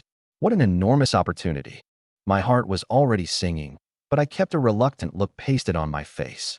I walked over to where Li Cheng was kneeling, pretended to rummage through my sack, and actually pulled a few boiled eggs out of my storage space, plus a small bag of white rice. A full 5 pounds of polished rice. Get up, Uncle Li. I pressed everything into his withered hands. Li Cheng looked down and just froze, shaking all over. This is polished rice? And eggs 6 pounds. He'd only meant to trade for a couple pounds of brown rice. A bag of polished rice like this, cooked into congee with some wild greens, could keep a family of 3 going for a long time. You're really giving all this for my daughter? That's right. My voice was calm. But this is a bride price, not a buyout. From now on, Xiaozhi is my 4th wife. She can come home to visit whenever she wants. Li Cheng couldn't hold it together anymore. He clutched the rice bag, old tears streaming down his face, and started knocking his forehead against the ground. Bang, bang, bang. My savior. You're our family's savior. Li Xiaozhi stood off to the side, frozen, tears sliding silently down her cheeks. A bride price, not a sale. Her father had sold her for grain to save her little brother. She didn't blame him, but that feeling of being treated like merchandise still cut into her heart like a knife. And now this man was saying it was a marriage, not a purchase. A warm, large hand closed over her cold little one. Xiaozhi, as long as I've got food to eat, you'll never go hungry. Her body trembled. She kept her head down, tears splashing into the dirt, but inside, it was like flowers had bloomed. Ding. Li Xiaozhi's affinity plus 30. Current. 60. Devoted to you. Ding. Married your 4th wife. Distributing reward. Ding. Acquired. Superwell Blueprint X1. Constitution Enhancement X2. A warm current surged through my whole body in an instant. 3 rounds of doubling. That's 8 times the Constitution. If an ordinary person's punch hits with 70 pounds of force, mine now lands with 500. I honestly felt like I could kill an ox with a single punch. And the well blueprint. You need water to farm, and farming is what finally lets you put down roots. I was thrilled. I sized up Li Xiaozhi. The village beauty wasn't as fair and delicate as Hua Yorong, and she didn't have Murong Yenran's sharp, spirited edge, but with that round face still carrying a bit of baby fat, those big bright eyes, and those full lips, she looked like she'd bear children easily. I brought my newly married 4th wife back to the thatched hut, and all 5 of us fell silent. The hut was already cramped with 4 people. Now there was one more. 1 broken wooden bed, 1 busted partition, 1 patch of dry hay. How was anyone supposed to sleep? Hua Yorong's face went red first. She'd experienced my combat power firsthand, from dusk to dawn without a break. 1 more person on top of that. Xiaozhua and Li Xiaozhi were still clueless, just feeling cramped and awkward. Murong Yenran stood in the doorway clutching her bundle of cloth, brow furrowed, not even sure where to put her feet. This rundown place was no place for human beings to live. 1 look and I made up my mind. We needed a new house, and we needed it now. But 1 man, no matter how strong, couldn't build a house big enough for 5 people. I needed help. In a famine year, there was only one thing that got people to work for you: food. Pulling system grain out in the open was too conspicuous. It'd bring trouble. Time to try out that new skill. Yorong, Verwa, help Xiaozhi get settled, and start on dinner while you're at it. Husband, where are you going? Hua Yorong asked, worried. I tipped my chin toward the deep mountains beyond the village. Going to bag some game. Extra meat for tonight. I gave my hatchet a little shake and smiled, confident. God-tier hunting skill, activate. The moment they heard I was heading into the deep mountains, Hua Yorong and Murong Yenran both went pale. No, it's too dangerous, Murong Yenran said urgently. That's right, husband. Hua Yorong tugged my sleeve. They say several strong men went into those mountains and never came out. There are black bears in there. I patted her hand. Relax. I'll just poke around the edges. With that, I turned and strode out of the hut. The land around the village was barren. The wild hares and pheasants were long gone. Even the grass roots and tree bark had been stripped clean. To find game, you had to go into the deep mountains. I gripped my hatchet and walked into the dark forest. The light dimmed instantly, and the smell of rotting leaves and wet earth hit me. It was eerily quiet all around, nothing but the soft crunch of my own footsteps. Bag a few animals, pair it with some thin kanji, and I can draw in plenty of labor. I didn't rush deeper. First, I cut down a small tree, stripped the bark, shaped it, sharpened one end, and made 3 crude spears, slinging them across my back. Gripping the hatchet, I pushed aside the waist-high ferns and stepped into the deeper dark. My eyes changed in an instant. The laziness drained away, sharp as a hawk's. God-tier hunting skill engaged. There was the scent of broken grass in the wind, half a footprint in the mud, a few gray hairs on the tree bark. These traces an ordinary person would never notice instantly assembled in my mind into a single wild hair, its running path, its size, when it had left, all crystal clear. Sweet. I didn't hurry. I followed slowly. Not far ahead, sure enough, a gray hair crouched behind a bush, gnawing at grass roots. I flicked my wrist, and the sharpened stick on my back shot out with a whistle. Thunk. The hare didn't even get to squeal before it was pinned dead to the ground. One-shot kill. I pulled out the stick and picked it up. 3, 4 pounds, nice and fat. My ear twitched, movement in the grass. I whipped another stick backhand. Squeak. A second hare tumbled out. 2 in the bag. Lucky day. I poked around nearby and found a nest of bird eggs in an old locust tree, 5 or 6 of them. A full haul. Back in the hut, the mood was heavy. 4 women sat around the small wooden table, nobody saying a word. The wild greens kanji had long gone cold. There was cured pork in the jar, but Hua Yurong couldn't bear to bring it out. A family of 5 had to ration it. The chopsticks were laid out neat and ready, waiting for me to come back. It's been so long. Why isn't husband back yet? Xiaozhua's little face had gone pale, her eyes darting toward the door. He hasn't run into trouble, has he? Don't jinx it. Murong Yanran snapped, face cold, but the hand gripping the hem of her clothes had gone white at the knuckles. I knew I should have gone with him. Li Xiuji pressed her palms together, murmuring a prayer. Only Hua Yurong managed to keep up a front of calm. Good men have heaven's protection. But the worry in her eyes was impossible to hide. Just then, a figure appeared in the doorway. I'm back. The 4 women whipped around and froze. 2 fat hairs dangled from my left hand, a few bird eggs in my right, and my face was completely relaxed, like I'd just come back from a stroll. Hares. Husband caught hares. Xiaozhua shrieked and flew over, latching onto my arm, bouncing up and down. Hua Yurong and Li Xiuji crowded in too, staring at the 2 hares still dripping blood, eyes full of shock and wild joy. This was meat. In times like these, when people couldn't even get grass roots to eat, 2 hares were more precious than gold. The way Li Xiuji looked at me, her eyes were practically sparkling. Zhao Dahu, the village hunter, counted himself lucky to bag 1 in a whole day in the mountains. And how long had I even been gone? Murong Yanran stood frozen in place, her mind blank. Just how much was this man still hiding? Husband, are we eating hare tonight? Xiaozhua shook my arm, practically drooling. I flicked her nose and shook my head. The hares aren't for eating. I smiled. They're for building a house. The night grew deep. The bedboards were still the same bedboards. All 4 women had faces flushed crimson, and nobody spoke. Li Xiuji's mind was in turmoil. She'd just joined the family. By custom, tonight it was her turn to attend to her husband. But with this many people crammed onto one bed, how was she supposed to even bring it up? She could hear Murong Yanran breathing fast right beside her. Clearly she wasn't asleep either. She was so flustered she was about to faint when I, in the middle, suddenly rolled over. I seemed to sense Li Xiuji's embarrassment, and I could feel Murong Yanran's near-murderous glare from the other side too. I gave a lazy smile. I haven't even consummated things with Zhirua and Yanran yet. Xiuji, you'll have to wait your turn. Boom. A thunderclap went off in all 4 women's heads at once. Hua Yurong buried her face against her chest. Xiaozhua let out a small gasp, and Li Xiuji nearly fainted from embarrassment. Murong Yanran's face flushed red to the tips of her ears in an instant. Mortified and furious, she wanted nothing more than to kick this shameless rogue right off the bed. I chuckled and said no more. Hua Yurong started by measuring me for clothes she wanted to make. I lifted my arm, feeling her soft little hands roam over my body. Measuring my foot. One thing led to another, and the measuring ended up in bed. That broken wooden bed creaked and groaned all night long.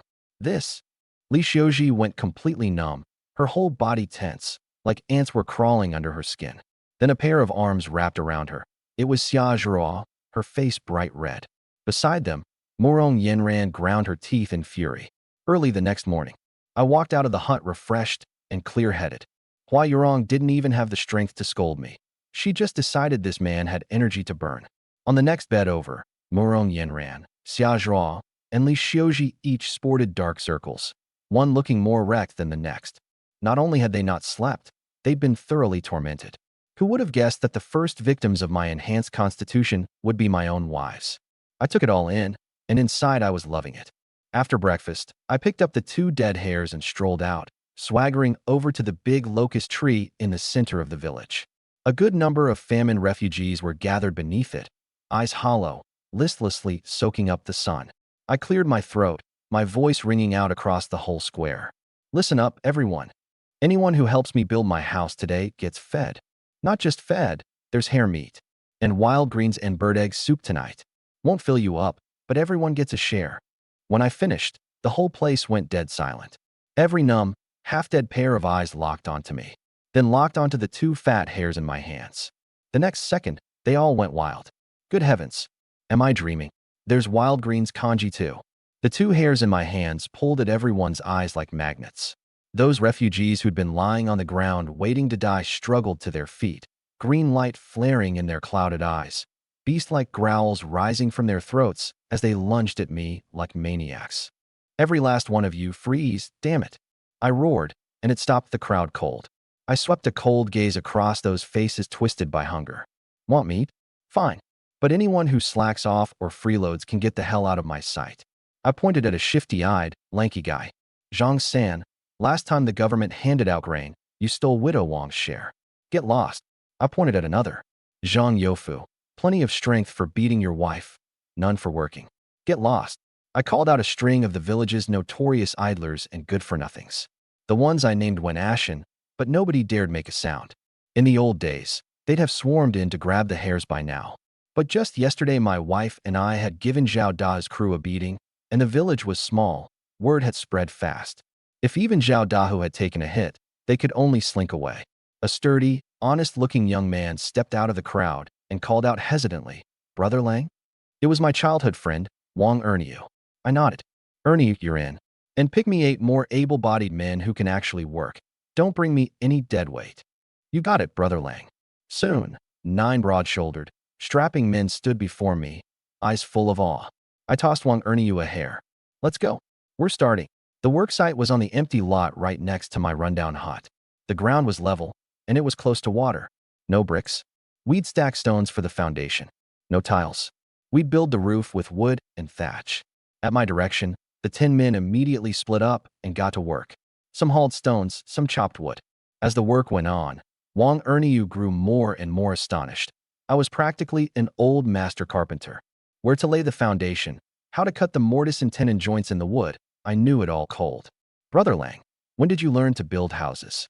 Wang Erniu asked, hauling a log, drenched in sweat. "I made something up on the spot.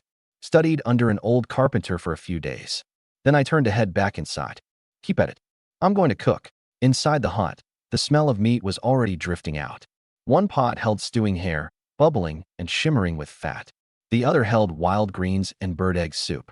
I thought the soup looked too thin, so I quietly pulled 7 or 8 eggs from my storage space and cracked them in, then grabbed 2 handfuls of white flour, mixed it into a paste, and flicked it into plump little dough drops with my chopsticks. In no time, the once watery wild greens soup turned thick and tempting. Outside, the men working caught the aroma and drooled like waterfalls, throwing even more muscle into the job. "Put your backs into it. Want a hot meal? Don't slack off." Wang Erniu worked especially hard. Meanwhile, elsewhere, Hua Yurong took out the cloth we'd traded for the day before and started cutting me new clothes. Murong Yenran, Xia Zhuo, and Li Xiuji gathered around, clumsily trying to help. Hua Yurong's needlework flowed like running water. But those 3 were a completely different picture. Ow! Xia Zhuo got pricked by a needle, eyes welling up. Li Xiuji was sweating buckets, unable to get a single thread through the needles, after ages of trying. The worst off was Murong Yenran, a proper daughter of a military family, a master with blade and spear, but this embroidery needle was harder to handle in her grip than a 1,000-pound lance. Damn it! My hand slipped, and the needle jabbed straight into the pad of my finger. A bead of blood welled up at once. Embarrassed and frustrated, I was about to throw the thing down when a large hand suddenly closed around my wrist. "How are you so careless?" Su Lang walked in carrying a bowl of Heron Wild Green's dough drops. He glanced down at that bit of red, and without a second thought, popped my finger straight into his mouth. Boom. My whole body went rigid in an instant. A current shot from my fingertip through my entire body, my face flushing crimson all the way down to my neck, my heart pounding wildly out of rhythm. This scoundrel! How dare he? Su Lang sucked the blood clean before letting go, then looked with concern at the needle pricks on Xiaozhua's and Li Xiuji's hands. "You silly girls, what are you doing this for? Husband works hard all day. We wanted to make you new clothes," Xiaozhua said softly. My heart warmed. I held out the bowl. "Eat first. I saved you the best hair leg." The four women looked at the glistening hair leg in the bowl, then at me, hearts both warm and full to bursting. Ding. Hua Yurong's affinity +5. Current, 105, love deepening. Ding. Murong Yinran's affinity +10. Current, 65, heart stirring. Ding. Xiaozhua's affinity +5. Current, 105, love deepening. Ding. Li Xiuji's affinity +10. Current, 70, devoted adoration. Outside, the 9 men huddled around the 2 big pots and wolfed down their food like they'd never tasted anything so good in their lives. One man bawled his eyes out as he ate. "I haven't had so much as a taste of meat in damn near a year. Brother Lang, you're our second set of parents." The way everyone looked at me had changed. It was a near fanatical worship. With the god-tier craftsman's skill and the meat working together, the project moved along at a ridiculous pace. By dusk, a spacious, solid wooden house had risen up out of the ground. The roof wasn't sealed yet, but the main structure was done, night and day compared to that broken-down hut. Hua Yurong and the other 3 stood in front of the new house, gazing at this mansion that had gone up in a single day, faces full of happiness. Finally, a real home. Husband was incredible. Back when they'd first married me, they'd all assumed they wouldn't last 3 days. Who knew I'd have the power to turn ruin into wonder? Since marrying in, they hadn't gone hungry a single meal, and they got to eat meat every day. This was a life others wouldn't dare even dream of. And looking again at my lean figure, at this moment, in those 4 women's eyes, it loomed impossibly tall. Husband. The 4 had tears in their eyes. Ding, ding, ding, ding. The affinity was climbing again. I looked at the roomy new house, then at the 4 lovely wives at my side, and rubbed my hands together excitedly. This house is great. Now we can finally consummate things all together. For women, 4 reactions. Hua Yurong and Li Xiuji flushed instantly, heads down, too shy to look at me, bashful and lovely. Xiaozhua blinked her big eyes, curious and excited. She tilted her head to look at me, then at her sister wives, completely failing to grasp the weight of what I'd said. Only Murong Yinran's pretty face went red first, then furious. She crossed her arms and glared at me coldly. "Rogue, don't even think about it." I ignored her anger and ambled over to stand in front of Xiaozhua and Murong Yinran, stroking my chin and making a show of thinking it over. This is a problem. Yurong's the first wife, Xiuji's the 4th and just joined. No rush on consummating with them. I paused on purpose. But you 2 haven't consummated with me yet. By rights there should be an order. Yinran's the 3rd wife, Zhirua's the 2nd. But Zhirua's the youngest. I spread my hands and just dumped the hot potato on Murong Yinran. "Yinran, you say, who keeps me company tonight?" It was a vicious question. It put Murong Yinran straight over the fire, making an unmarried maiden decide out loud whether she or another woman would attend the marriage bed first. If word got out, what would be left of her dignity as a daughter of a military house? But if she didn't speak up, this rogue would surely pick the meek, obedient Xiaozhua. The thought of ranking behind that little girl had Murong Yinran stewing. She was a daughter of the Murong family. How could she lose to some little girl? Xiaozhua hadn't yet realized she'd become the eye of the storm. She looked at me, then at Murong Yinran's heaving chest, and asked quietly, with a hint of anticipation, "Husband, how about me first?" That line lit the powder keg completely. "No." Murong Yinran practically shouted it. She shot me a fierce glare, swept a glance at the innocent Xiaozhua, and forced a few words out through gritted teeth. "Hua Yurong's the eldest, I'll accept that. But what gives some little girl the right to go ahead of me? Tonight, it's me." The moment she finished, Her face flushed so red it could have dripped blood, and she whipped her head around, refusing to look at anyone. Done. I was overjoyed inside, but kept the same, well, since you insist, what can I do look of helplessness on my face. I walked over to Xia Zhiruo and patted her little head. Zhiruo, it's not that husband doesn't dote on you. Your sister Yinran's just too eager. Wait your turn like a good girl. Tomorrow it'll be you. Oh, Xia Zhiruo nodded, half understanding, lips pouting, sulky and hopeful all at once. I wasted no more time, taking the mortified Murong Yinran by the hand and heading for the master bedroom. Come on, wife Yinran. A moment of spring night is worth a fortune in gold. The master bedroom door closed. Hua Yurong led the still bewildered Xia Zhiruo and the uneasy Li Xiuji into the second bedroom next door. The moment she stepped into the master bedroom, Murong Yinran stopped short. The room was simply furnished, just a faint scent of wood. But the bed dead center was absurdly large, roomy enough for 5. She rolled her eyes and muttered at my back. What a pervert, making the bed this big. My sharp ears caught it. I turned with a wicked grin. What was that, wife Yinran? I'm thinking ahead. Once we've got more kids, 1 or 2, 3 or 4, how's everyone supposed to sleep if the bed's not big enough? That twisted logic left Murong Yinran speechless. She watched me close and step by step, her heart racing faster and faster, her body going stiff. In the second bedroom, the bed was large too, but the mood was unbearably tense. The 3 women lay there, none of them able to sleep. A wooden partition was better than the thatched hut, but not by much. Sounds from next door drifted over in fits and starts. First the rustle of clothing, then a stifled gasp from Murong Yinran, and then the faint creaking of bedboards. It wasn't loud, but that only made it more maddening. Xia Zhiruo leaned in close to Hua Yurong's ear and asked, in a voice tiny as a mosquito's hum, Sister Yurong, what are they doing? Is Sister Yinran in a lot of pain? I think I heard her crying. Hua Yurong's cheeks burned. She quickly clapped a hand over Xia Zhiruo's mouth, so mortified she wished she could find a crack in the floor to crawl into. Don't say such things, sleep. Go to sleep. But those endless sounds made sleep a luxury. Li Xiuji lay on the far edge, body ramrod straight, even her breathing careful.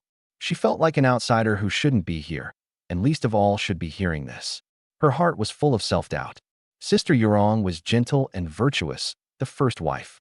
Sister Zhiruo was lively and adorable and deeply favored.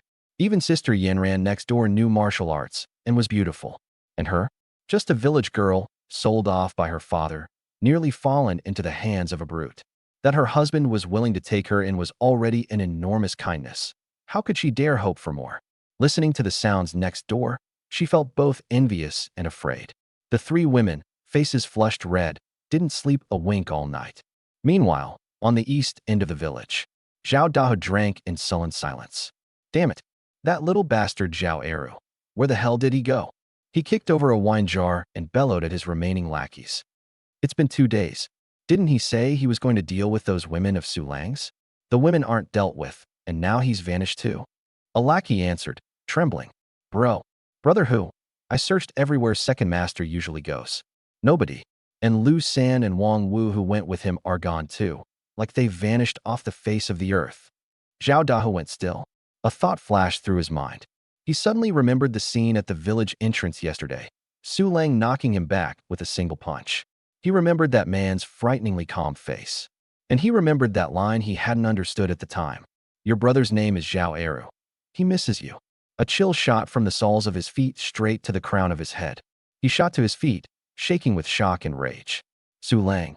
Zhao Dahu ground his teeth until they creaked, madness and hatred blazing in his bloodshot eyes. Eru, something's definitely happened to him. He turned, lifted the sharp hunting knife off the wall, and gripped it tight. You dare touch my brother. I'll send your whole family to the grave with him. And those wives of yours, every one of them's going to become my woman. Early the next morning, Murong Yinran walked out of the master bedroom, one hand braced against her waist. That spirited, pretty face was full of exhaustion and embarrassment, yet it gave off a charm she wasn't even aware of. The 3 women outside watched her with varying expressions. Flushed crimson, she let out a cold snort, retreated to a corner to sort cloth, and pretended to be very busy. I, on the other hand, felt great. 8 times the constitution, even Murong Yinran, who trained in martial arts, couldn't handle me. Invincible, as expected. I looked up at the sky, overcast, with a biting north wind. It's getting colder by the day, I said to Hua Yurong, who was boiling water. Cloth alone won't do it. Without cotton, there's no real warmth. Hua Yurong sighed. It's a famine year. You can't even find cotton seed. I grinned and grabbed my hatchet. No cotton. We've got fur and hide. I went out to the yard, picked out a mulberry branch, and felled it in a few strokes. With god-tier craftsman and god-tier hunting skill both working, my technique was like an old craftsman's with decades of experience. Selecting the material, carving, sanding, all in one smooth flow. Then I twisted bark into a bowstring. In less than an hour, a plain but powerful longbow was done. I carved a few more arrow shafts, ground out sharp arrowheads, plucked hair fur for fletching, and a full hunting kit was ready. Xiaojurua's eyes lit up. Husband, you can even make a bow and arrows. I drew the bow to full, the body of it creaking. A bit. I smiled. You cook. I'm going to bring you back hides for winter clothes. With that, bow on my back and knife at my side, I strode into the mountains. On the east end of the village, Zhao Dahu hadn't slept all night. His eyes shot through with red. His gear was laid out before him. An oiled hunting knife, a rough hunting bow, and a quiver of poison-tempered arrows dipped in golden venom. It was a hunter's secret poison. One cut, and the flesh rots. One hit, and death is certain. I could fight, and that ice-cold woman was even quicker. A head-on charge was suicide. But he, Zhao Dao, was a hunter. And hunters understood patience and ambush best of all. Su Lang. He stroked the cold arrowhead, grinning savagely. When night falls, you die. He'd treat my whole family as prey, strike when we were at our most relaxed, and end it in a single blow. I went into the mountains again, even more at ease than the day before. With a bow now, I moved like a king patrolling his domain, gliding easily through the trees. Before long, I spotted a flock of pheasants pecking in a clearing. Bend the bow, nock the arrow, no hesitation. Whoosh. A pheasant dropped on the spot, the flock scattering into flight. I loosed another. Whoosh. A second fat pheasant tumbled out of the air. I walked up and gathered my spoils, 2 pheasants and a hare. One of the pheasants was especially fat, a good 7 or 8 pounds. Enough. Time to head home. I turned to head down the mountain. But before I even reached the village entrance, Wang Erniu and a few of the men who'd helped build the house yesterday stopped me. They crowded around, all fawning smiles. Brother Lang, you caught so much again. 2 pheasants and a hare. One man stared at the game, practically drooling. Brother Lang, your skill beats the old hunters in town. Wang Erniu smacked the back of his head. What do you know? This is real talent. Wang Erniu rubbed his hands, asking eagerly. Brother Lang, today, are we building more? We're all waiting. After yesterday's full meal and that taste of meat, they'd been waiting here since before dawn. Working for anyone is the same work, and what I offered was life-saving work besides. I looked at their eager faces and made up my mind. The house was nearly done, but we still needed a well. Today, we dig a well. Wang Ernia blinked. Brother Lang, digging a well is skilled work. Nobody in our village knows how. I shouldered the game. Nobody knows? I'll teach you. Super well blueprint. Activate. Knowledge of surveying, locating, digging, and reinforcing poured into my mind in an instant. I brought Wang Erniu and the 2 strongest men back to the new house. The whole way, villagers stared at the game on my shoulder, then at the excited Wang Erniu and the others behind me. Expressions complicated. Envy, jealousy, and a touch of awe. This Su Lang really was different now. Back home, the 4 women were clumsily learning needlework by the daylight. The moment they saw the dripping game on my shoulder, 4 pairs of eyes lit up at once. Husband, Xiaozhua dropped her needlework and flew over, latching onto my arm and refusing to let go. You're amazing. She stared at the fattest pheasant, eyes sparkling, her adoration for me boundless. Hua Yurong and Li Xiuji came over too, one to take the game, one to fetch water to start cleaning it. Li Xiuji gazed at my tall, straight back and silently vowed. Husband's kindness was as heavy as a mountain, and on the night her turn came at last, she'd repay him properly. Morong Yinran didn't move, but her eyes stayed locked tight on me. This man kept overturning everything she thought she knew. That business last night had just ended, and today he could march into the mountains and come back with a full haul. What on earth was his stamina made of? Watching him surrounded by a circle of women, an inexplicable irritation suddenly welled up in her, along with a trace of pride. This impressive man was her husband. The feeling was awkward, but she didn't dislike it. Xiaozhua tugged my sleeve and muttered, face full of grievance. Husband, that meat today, is it going to them again? That fattest pheasant. She'd had her eye on it from the moment I walked in, practically drooling. If it got handed out, how many bites would be left for her? Watching her little greedy cat act, I was delighted. I pinched her cheek and leaned in to whisper in her ear. Don't worry. The fattest one's set aside just for you. Nobody else gets it. Xiaozhua's eyes lit up instantly, and she shook my arm hard. Husband, you're the best. Ding. Xiaozhua's affinity plus 10. Current. 115. Loving you to the bone. I couldn't help laughing. This silly girl. Her affinity was way too easy to farm. Husband, let me help you. Hua Yurong came over and naturally took the hare and the smaller pheasant, heading for the backyard to clean them. The fat one she left for the family. I'll help too. Li Xiaozhi grabbed the water bucket and trotted after her. I set the fattest pheasant in the kitchen, then turned and waved at Wang Erniu and the others. Everyone, over here. I led the men to the empty lot beside the new house, the knowledge from the blueprint surfacing crystal clear in my mind. I pointed at a perfectly ordinary patch of ground, my tone leaving no room for argument. Dig right here, down 3 feet, and once you hit damp soil, keep going till water comes. Brother Lang, this spot, can there really be water? Wang Erniu scratched his head, full of doubt. It was a fair distance from the creek and looked bone dry. I shot him a look. I told you to dig, so dig, quit yapping. No water, and you can forget about a single mouthful of meat soup today. At the words meat soup, Wang Erniu and the others perked right up, grabbed their tools, and got to work. I gave them a few more pointers on reinforcing the well walls, watched them throw themselves into it, and then headed back to the kitchen. In the kitchen, Hua Yurong was crouched plucking the pheasant, hands deft. Li Xiaozhi finished hauling a bucket of water and went back to the river. I walked over and gently wrapped my arms around her waist from behind. Hua Yurong's body went stiff, her hands stilling, cheeks flushing red. Husband, let me do it. Don't tire yourself out, my good wife. That's what my mouth said, but my hands slipped in along the hem of her clothes, lightly tracing over her waist. Let me see whether you've lost weight these past few days. Hua Yurong's breath instantly went ragged, her whole body going soft against me. Husband, don't, there are people outside. What's there to be afraid of? They're busy. I turned her around, pinned her against the stove, and bent down to kiss her. The temperature in the kitchen shot up sharply. Hua Yurong already cared for me, and last night, while Murong Yenran and I were in the room, she'd held herself back the whole night. Now it was dry tinder meeting fire, one spark, and it caught. An hour later, Hua Yurong was limp all over, pushing at my chest with a flushed face. Husband, I really can't anymore. Keep this up and they won't have any dinner. Please, let me off. That tear-tinged plea was enough to melt a man's bones. I let her go, still wanting more, and planted a hard kiss on her red, swollen lips. Fine, I'll let you off for today. Granted a reprieve, Hua Yurong straightened her clothes and bolted out of the kitchen like she was fleeing. The moment she stepped out, she ran right into Li Xiaozhi, standing in the doorway with a handful of greens, frozen stiff. Li Xiaozhi's face went red enough to bleed. Seeing Hua Yurong come out, she ducked her head and spun around to flee like a startled hare. She'd heard every bit of the commotion in the kitchen just now. Hua Yurong's face burned even hotter. Wishing she could find a crack in the floor to disappear into, she dashed back to her room in a streak. I took over the kitchen. With god-tier cooking skill working its magic, 1 pheasant and 1 hare came out of my hands in perfect order. The chicken was stewed tender, the aroma spreading everywhere.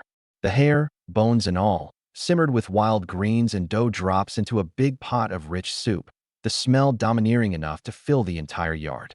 I picked out the fattest drumstick, the wing, and a few good pieces of meat and set them aside in a big bowl. I carried the bowl into the main room, and the sight before me warmed my heart. The 4 women sat together, the cloth we'd traded for the day before in their hands, clumsily stitching me new clothes.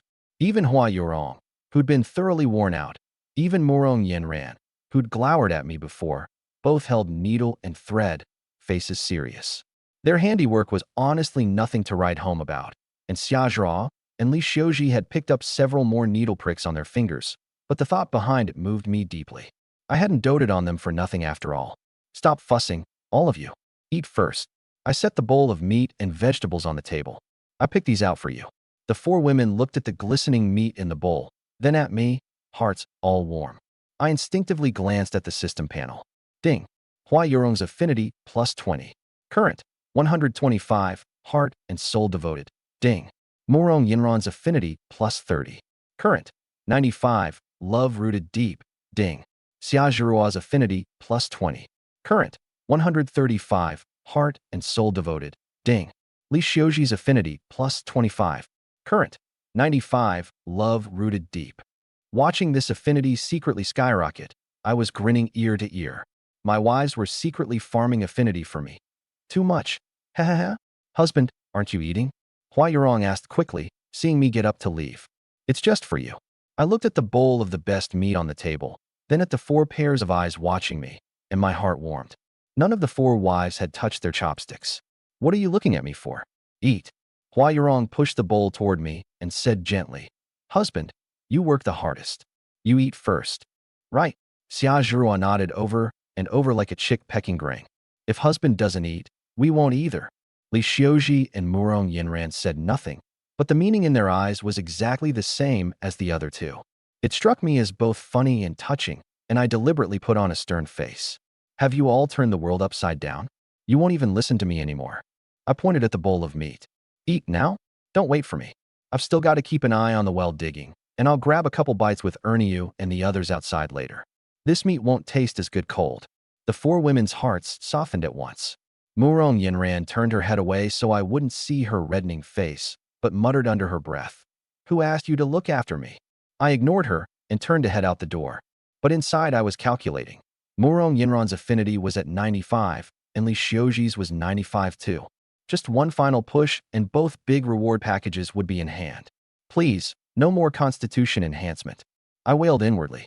Any stronger, and all 4 wives coming at me together would be reduced to crying for mercy. Digging the well went much faster than building the house. My positioning was precise and my direction sound, and Wang Erniu and the other men, fresh off a meal of meat, were brimming with energy. In less than most of a day, spring water came bubbling up from the bottom of the well. It was murky at first, then slowly cleared. Water. There's really water. Wang Erniu and the others flung down their tools, jumping and leaping around like a pack of half-grown boys. After the midday meal, everyone dispersed. Wang Erniu was about to leave too, but I stopped him.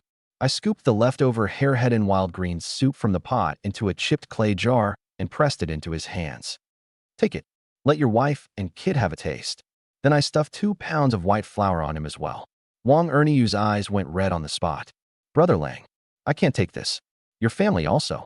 Quit your damn yapping. I clapped him on the back. We grew up in split-bottom pants together. Since when do you stand on ceremony with me? Take it. Over the years, Wang Erniu had helped me plenty. If he hadn't been starved down to skin and bone himself, he'd never have let me go hungry. I'm going into the mountains again tomorrow. Come with me, learn to hunt. The 7-foot-tall man's tears spilled over instantly.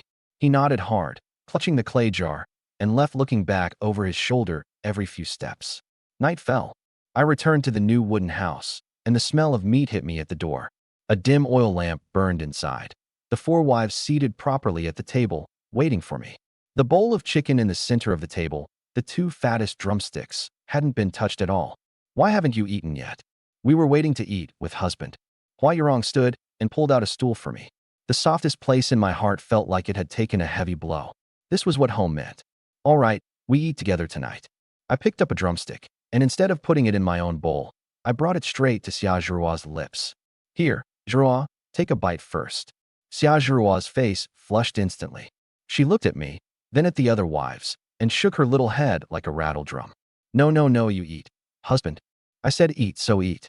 Only then did she timidly open her mouth and take a small bite, her eyes immediately curving into little crescents. I fed Hua Yurong and Li Xiuji in turn. When it came to Murong Yinran, she meant to refuse, but meeting my gaze, in the end she awkwardly took a bite, face flushed. 1 drumstick, 5 people taking turns, bite by bite. It was gone in no time. So was the other. The mood in the room was warm, with a touch of something tender. When we finished, I cleared my throat, eyes sliding slyly over Murong Yinran and Xia Zhirua. Ahem, by what we agreed yesterday, tonight's Zhirua's turn, isn't it? In a flash, Xia Zhirua's little face went red enough to bleed.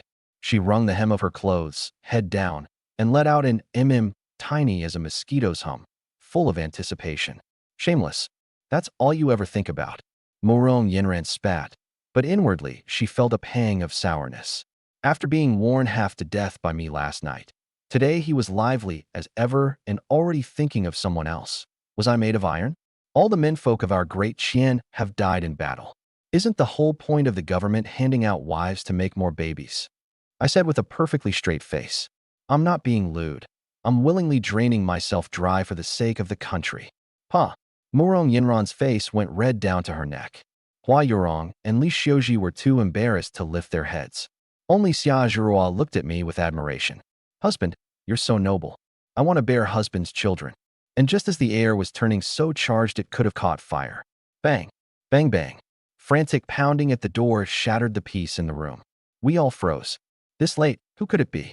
I'll go check. I walked to the door, frowning, and pulled back the bolt. The moment the door opened, a dark figure pitched straight into my arms. A thick, bloody stench rushed up my nose in an instant. I looked down, and my pupils contracted sharply. It was Wang Erniu. A knife wound deep enough to show bone gaped across his chest, half a blood-soaked wooden stake jutting from his belly.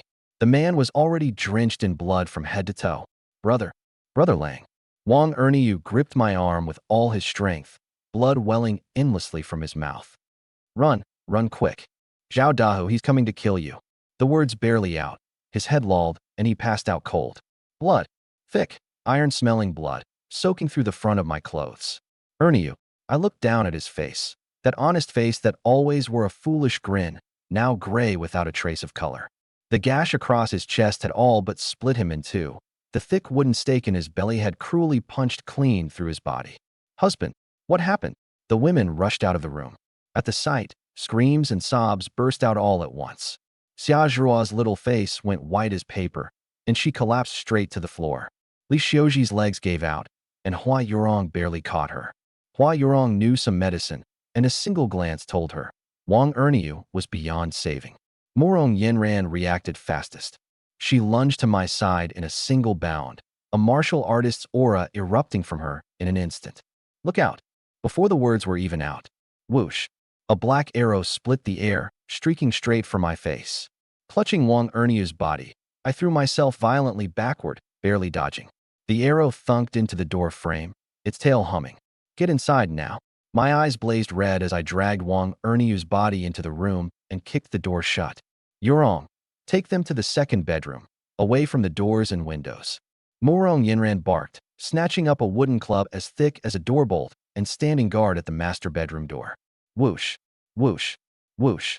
Several arrows came one after another, with force enough to punch straight through the wooden door and the walls, embedding in the floor inside. Xia Zhuruo and Li Xiuji clung to each other, huddled in a corner, not daring to make a sound. Hua Yurong watched the door intently, shielding them behind her. Outside, Zhao Dahu's smug, venomous cursing carried in. Su Lang, you spineless turtle, get the hell out here. That good buddy of yours, Wang Erniu, what a fine dog he was. Eavesdropping on me, then trying to run off and warn you? One stroke of my blade taught him what minding other people's business gets you. Know what he said before he died? Begged me to spare his wife and kid. Ha ha. I gave him my word. Once I've butchered you, I'll sell his wife to a brothel and break his brat's legs and toss him in the street to beg. Keep the whole family together, nice and neat. Inside, I laid Wang Erniu's body gently on the floor and reached out to close his eyes, but my hand was shaking so badly I couldn't manage it after several tries. Erniu. I ground my teeth until they creaked. I remembered childhood, Wang Erniu always trailing after me. Brother Lang this, Brother Lang that. I remembered him breaking the family's only steamed bun in half to give me a piece. I remembered this very afternoon, that honest man clutching a chipped clay jar, crying like a child. A wave of fury exploded inside me. I rose slowly to my feet. In my blood-red eyes, the grief drained away bit by bit, leaving only bone-deep killing intent. I walked to the wall and took down the mulberry wood longbow I'd just finished that afternoon. Zhao Dao. My voice was terrifyingly calm. Didn't you want me to come out? I'm right here. I drew the bow, knocked a sharpened wooden arrow, and pressed myself flat against the wall, listening carefully to the sounds outside. Ha ha. Finally found your voice. I thought you'd pissed yourself from fear. Zhao Dahu roared with laughter outside. Want to trade arrows with me? That junk of yours. You think it can even pierce my skin?" Zhao Dahu cursed and shifted his steps, looking for a better firing angle. Now, I caught that faint sound of his footsteps, and his position locked instantly in my mind. I spun sharply, aimed at a certain spot on the wall, and loosed the string. "Go join Ernyu in the grave." Whoosh! The wooden arrow roared out, punched through the wooden wall, and shot into the darkness. Arg! A muffled grunt, followed at once by the sound of a heavy body hitting the ground. "Bro! Brother who? You're hit." The lackey's cries of alarm confirmed the hit. "Damn it, this is impossible." Zhao Dahu was both shocked and weakened. How did he know where I was? He struggled, trying to draw his hunting bow to fire back. I gave him no chance. Following the direction of his panting, another arrow. Crack! The crisp snap of breaking wood, along with a scream from Zhao Dahu. "My bow? My bow's broken." The broken bow snapped back into his left eye, blinding it on the spot. In the darkness, the few lackeys completely panicked. They'd thought this would be an easy hunt, poison arrows to kill me, then fire to destroy the evidence. Who could have imagined that I'd wound the battle-hardened brother who right through a wall, and that the second arrow would precisely snap his bow? Was this man even human? Run! Run for it! One lackey dropped his torch and bolted for the edge of the village. The torch hit the ground and lit up the yard. Zhao Dahu clutched his right chest, blood pouring out, and fell back in horror, the hunting bow at his feet already snapped in two. Trying to run? A cold smile rose on my face. I kicked the door open, bent the bow, and knocked an arrow, fast as lightning. Whoosh! The lackey running out front took a stab of pain in his back. No time even to scream before pitching face first to the ground. Whoosh! Whoosh! Two more arrows, one through a throat, one through a skull, killing both on the spot. In the blink of an eye, only Zhao Dahu was left in the yard, desperately trying to crawl to his feet. I walked toward him step by step, drawing the longbow to full again. Don't kill me." Zhao Dahu scrambled backward on all fours, voice cracking with terror. "Su Lang. Master Lang. I was wrong. I'll kowtow. Spare me." I said nothing. I just loosed the string. Thunk! The arrow drove deep into his right leg, pinning him fast to the ground. Aya! A pig squeal of a scream tore through the night sky. Zhao Dahu stared at the wooden arrow still quivering in his leg, his whole face contorting with pain. He crawled backward on all fours, dragging a trail of blood across the ground. "Master Lang, don't kill me. I was wrong." Terror had crushed him completely, kowtowing and wailing at once. "I'll give you money. And land too. Spare my life." Expressionless, eyes red, I drew the bow again. The string gave a creak. Thunk! The second arrow nailed through his other leg. Aya! Zhao Dahu rolled across the ground like a mad dog pinned to the earth, writhing in agony. I knocked another arrow. Thunk! This one shot through his right arm. The searing pain drove Zhao Dahu mad. He stopped begging, a strange laugh rasping from his throat, and lifted a face caked with blood and mud, glaring at me venomously. "Ha ha! Kill me if you've got the guts. Su Lang, you think you've won? Think you've avenged Wang Ernyu? You've lost. You'll never sleep easy again the rest of your life. Every night you'll dream of his whole family." My heart plunged. Zhao Dahu saw my expression change and laughed harder. "Scared now, aren't you? Got the guts? Go take a look at Wang Ernyu's house. I left you a big surprise." Ha ha! My breath stopped, my mind going blank with a roar. I wasn't about to give him another word. Whoosh! The last arrow shot in through that laughing mouth of his and out the back of his skull. The laughter cut off instantly. I dropped the bow, didn't spare the corpse a single glance, and turned to sprint for the west end of the village. Only one thought was left in my head: Wang Ernyu's house. Wang Ernyu's house was at the far west end of the village, a rundown thatched hut. From far off, I could see the door hanging ajar, the inside pitch black, dead silent in a way that chilled the blood. My heart sank, bit by bit. I ran to the door, reached out, and didn't dare push it. I was afraid. Hua Yurong and the other women had caught up too. Seeing me frozen at the door, face white, none of them dared make a sound. "Husband," Hua Yurong called softly. I didn't hear her. Gritting my teeth, I shoved the door open. The stench of blood mixed with filth rushed out at me. By the moonlight, I made out everything inside. A small figure was curled in the corner, motionless. Wang Ernyu's 5-year-old son. On the straw mat in the middle of the room lay Wang Ernyu's wife. Her clothes were torn to shreds, her body covered in bruises, her eyes wide open, staring blankly at the ceiling. Crash! My whole world collapsed. The towering fury was doused in an instant by cold guilt. My legs gave out, and I dropped straight to my knees with a thud. Wang Erniu had been marked by Zhao Dahu because he'd come to warn me, and in the end his whole family had been dragged down with him. If not for me, this honest man wouldn't have died, and his wife and child wouldn't have. I slammed a fist hard into the ground. The women behind me had seen the carnage inside too. Xia Zhao and Li Xiuji shrieked in terror on the spot and clung to each other, weeping. Morong Yinran was trembling all over. Watching me fall apart, the ache in her heart was sharp. She hurried over and crouched down, her hand hovering in midair, before finally settling stiffly on my shaking shoulder. This isn't your fault. Her voice was dry.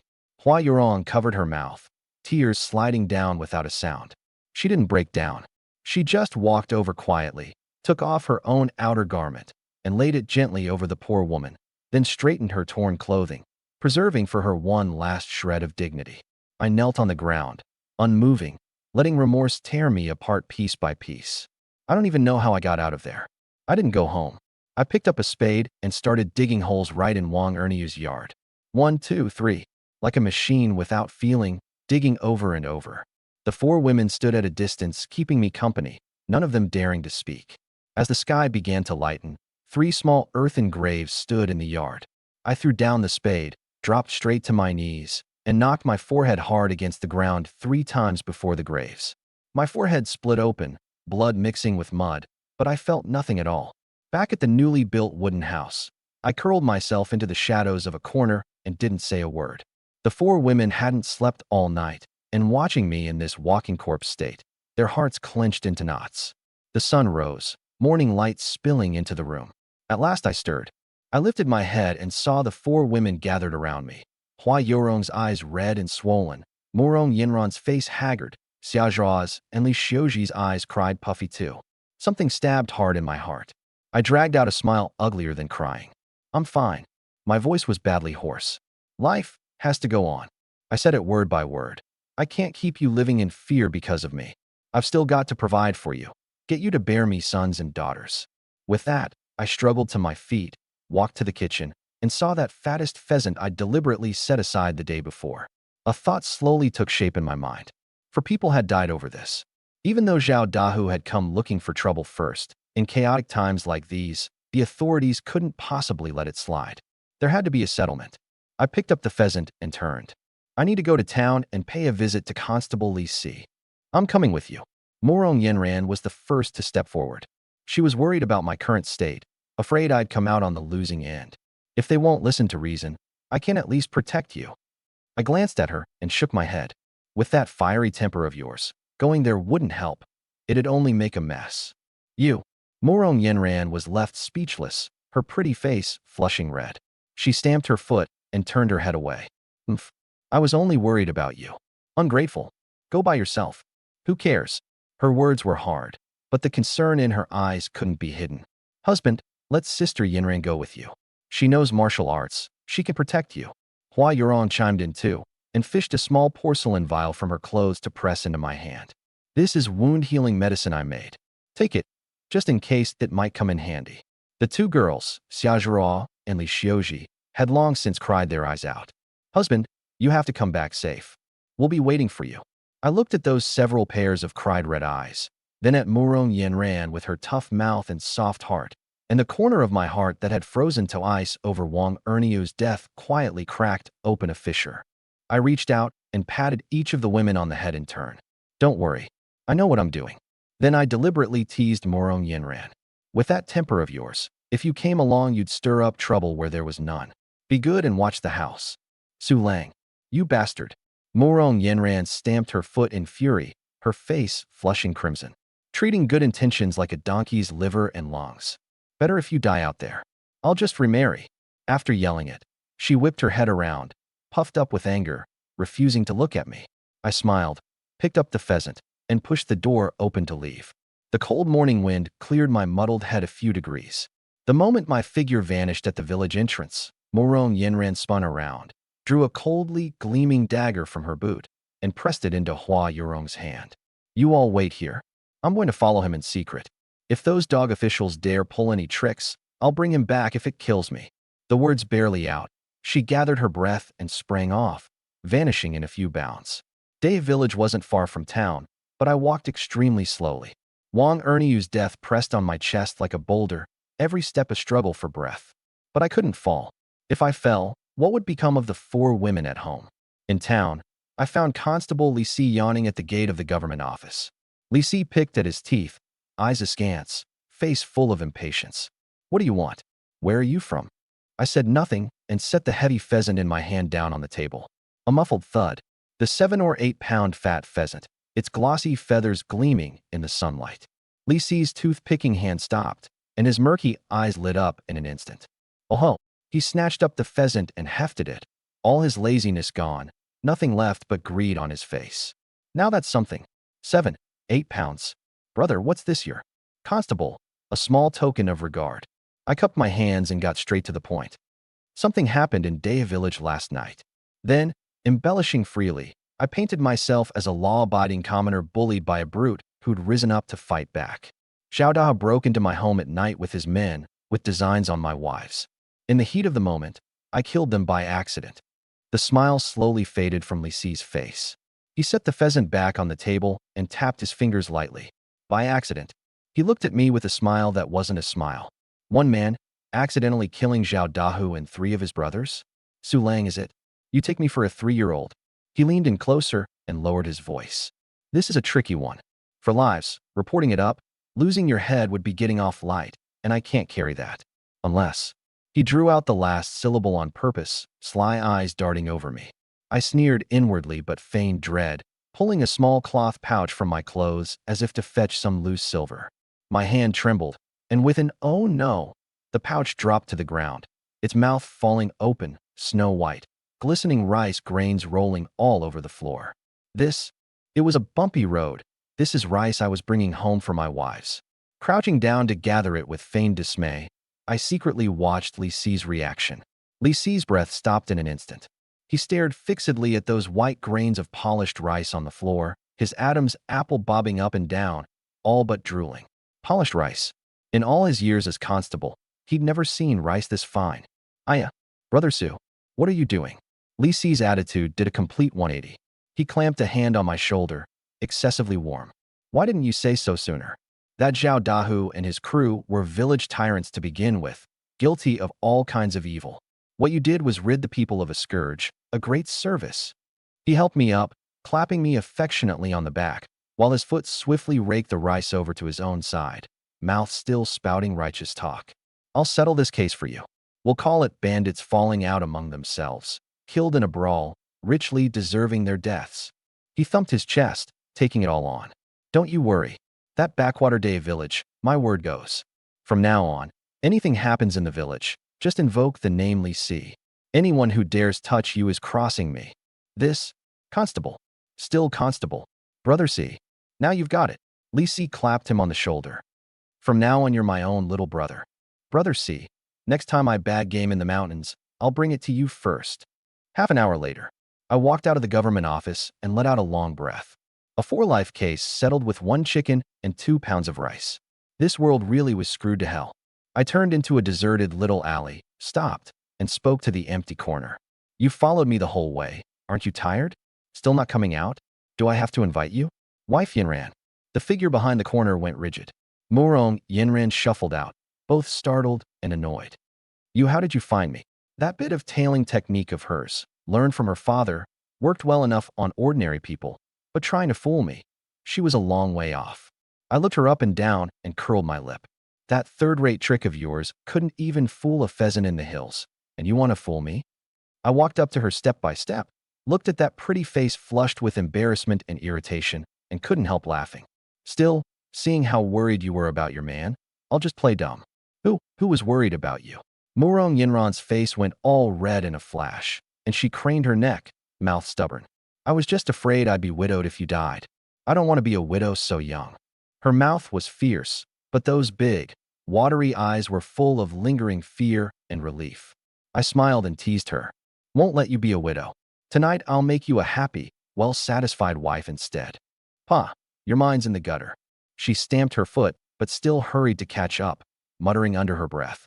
What did I even see in you? Don't pull a foolish stunt like that again, I said first. Who pulled a foolish stunt? She said stubbornly, even as her steps drifted unconsciously closer to mine. I was just afraid you'd botch it and drag the rest of us down. I didn't argue with her. By the time we reached the courtyard gate, a whole night's exhaustion finally came surging up. The door creaked open. Husband, Xiaozhua was the first to rush out, throwing herself into my arms, her little head nuzzling against my chest, her voice tear-choked. You're finally back? I thought you weren't going to make it home. Hua Yurong and Li Xiuji came out after her, eyes rimmed red, clearly having gone the whole night without sleep. Hua Yurong said nothing, just looked me over carefully, and only let out a breath once she'd confirmed I wasn't hurt. Li Xiuji stood timidly off to the side, watching me with a pair of big, watery eyes. All right, I'm back, aren't I? I patted Xiaozhua's back to comfort her.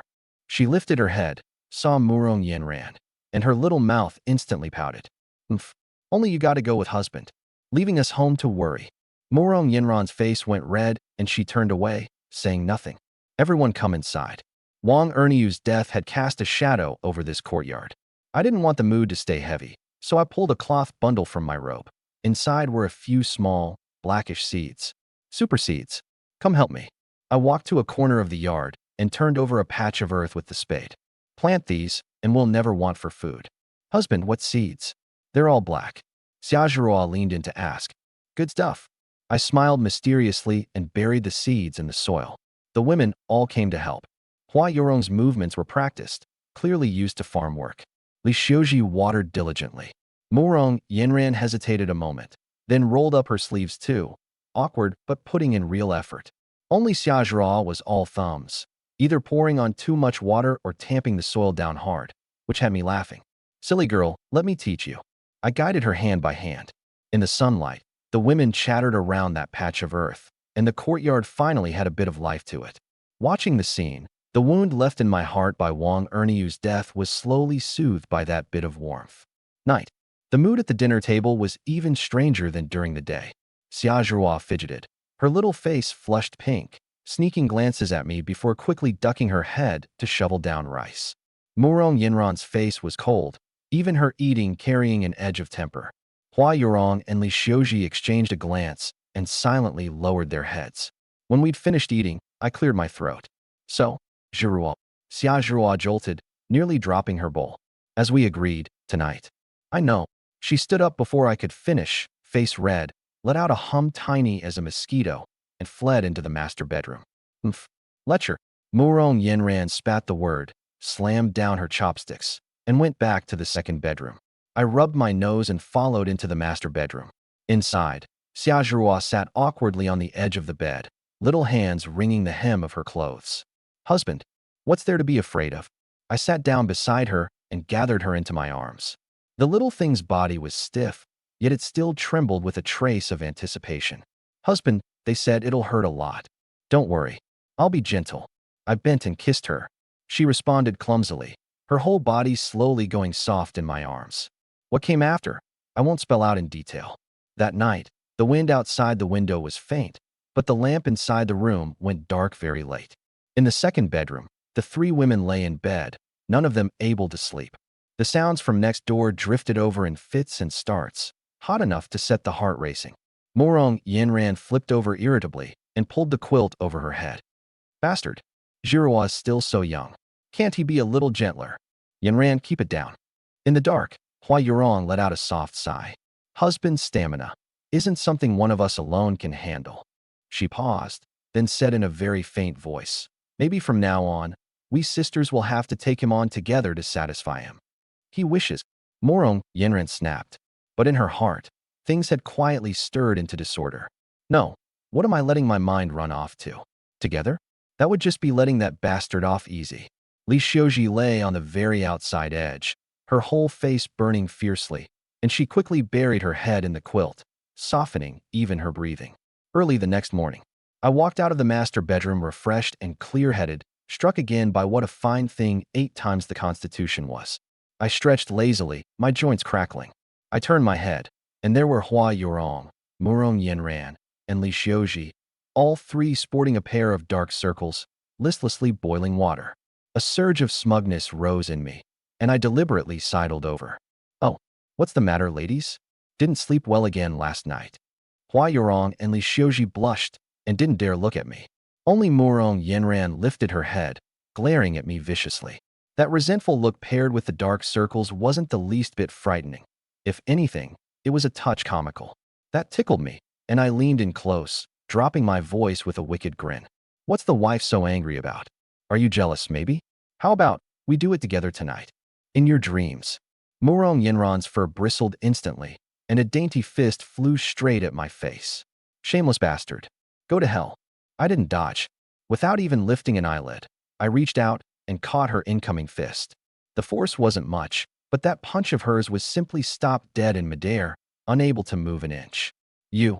Murong Yenran's face flushed at once, mortified and furious, and she yanked hard to free her hand. But my grip was like an iron clamp, not budging in the slightest. Let go of me. No.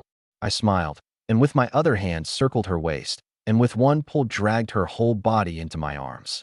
Murong Yenran's mind went instantly blank. A proper daughter of a military house, and I'd subdued her this easily, and pulled her into a full embrace at that. Su Lang, you're courting death. She raised her other hand in shame and fury to strike, and I caught it just as easily, folding both her wrists together and pinning them behind her back. This only pressed her body tighter against mine, close enough that she could clearly feel the scorching heat of my chest and the strong pounding of my heart. The wife's so full of energy, throwing herself into my arms first thing in the morning. If I didn't show some appreciation, wouldn't that be terribly unromantic of me? I lowered my head and grinned wickedly by her ear. Who threw herself into your arms? Let go of me. Murong Yenran struggled desperately, but that bit of strength of hers, against my eightfold constitution, was about like a kitten scratching for fun. I couldn't be bothered with more talk. I scooped her up by the waist and lifted her clean off the ground. Ah! She cried out, her feet leaving the floor, and instinctively flung her arms around my neck. By the time she came back to her senses, I'd already carried her back to that absurdly large bed in the master bedroom. I looked at her face, all shame and irritation, and said in a low voice, I'll deal with you again tonight. The details after that, I'll leave off here. I don't know how much time passed. Ding. Murong Yenran's affinity, plus 15. Current affinity, 110. Sundara, ding. Congratulations, host, on completing the hidden quest, Conquer the Daughter of the Military House. Reward package granted. I was refreshed and content. The daughter of a military house. She really did pack a punch. I glanced at Murong Yenran, fallen into a dead sleep beside me, tears at the corners of her eyes, yet a flush of satisfaction on her face, and felt a surge of smugness. Open the package.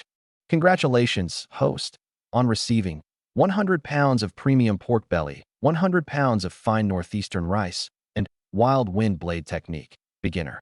The next second, countless blade moves and knacks of channeling force came pouring wildly into my mind.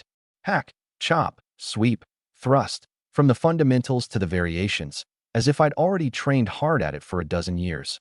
All of it turned into instinct. Good stuff. This finally patched the weak spot where I'd had nothing but brute force and no technique. From now on, I wouldn't have to rely on the bow and my fist alone. I worked my wrist a little and felt that if I picked up a blade now, I could put on a flowing, seamless routine.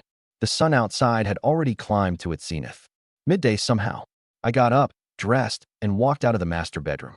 In the front room, Hua Yorong, Xia Zhuo, and Li Xiuji sat around the table, the dishes still steaming, no one having touched their chopsticks. Husband. The moment Xia Zhuo saw me, she stood right up, her little face full of concern. She'd recovered, though her walk was still a little unnatural. Why didn't you eat first? We were waiting for husband and sister Yenran to come together. Hua Yorong answered gently. The words had barely fallen when the master bedroom door opened and Murong Yenran came out slowly, one hand braced against her waist. She'd changed into clean clothes, but the flush all over her face and her disheveled hair were impossible to hide. Three gazes at the table swung over in unison, carrying a knowing, teasing edge. That pretty face of hers went red in a flash, nearly red enough to drip blood. Especially Hua Yorong's line, waiting for husband and sister Yenran to come together, left her so mortified she wanted to find a crack in the floor to crawl into. Humph. She gave a heavy snort, sat down at the table, and buried her head shoveling down rice, refusing to look at anyone ever again. This meal, The mood was both charged and awkward. Just then, bang, bang, bang, a frantic knocking sounded.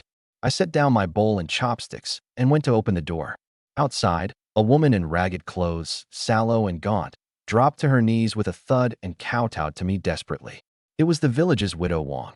Master Su, I beg you, have mercy, give us a bite to eat. My child hasn't eaten in 3 days.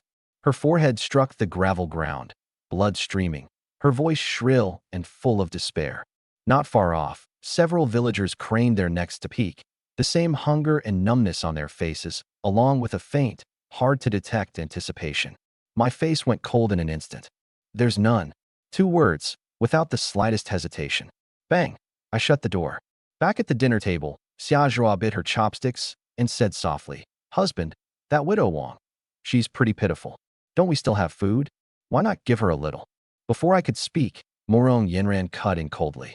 Silly girl, give her a bowl of rice today, and tomorrow the whole village will be kneeling at our door. By then, do you give or don't you? Xiaozhua froze. She looked at my calm but resolute face, then at Morong Yenran, and understood in an instant. That was it. Save one, and 100 more would come. By then the whole family would be dragged under. I wasn't cold-blooded. I was protecting this home. At that thought, the look in her eyes when she turned to me gained a few more degrees of worship. This man, not only strong, but far-sighted too. After the meal, Hua Yurong cleared the dishes and chopsticks and spoke up with worry. Husband, we don't have much rice or meat left at home. The jar was bottoming out. I nodded. Of the 2 pheasants I caught yesterday, one had gone to Li Si and one we'd eaten at midday. There was still stock in the system space, but I couldn't keep conjuring it up. My wives weren't fools, and sooner or later they'd grow suspicious. I'll make another trip into the mountains.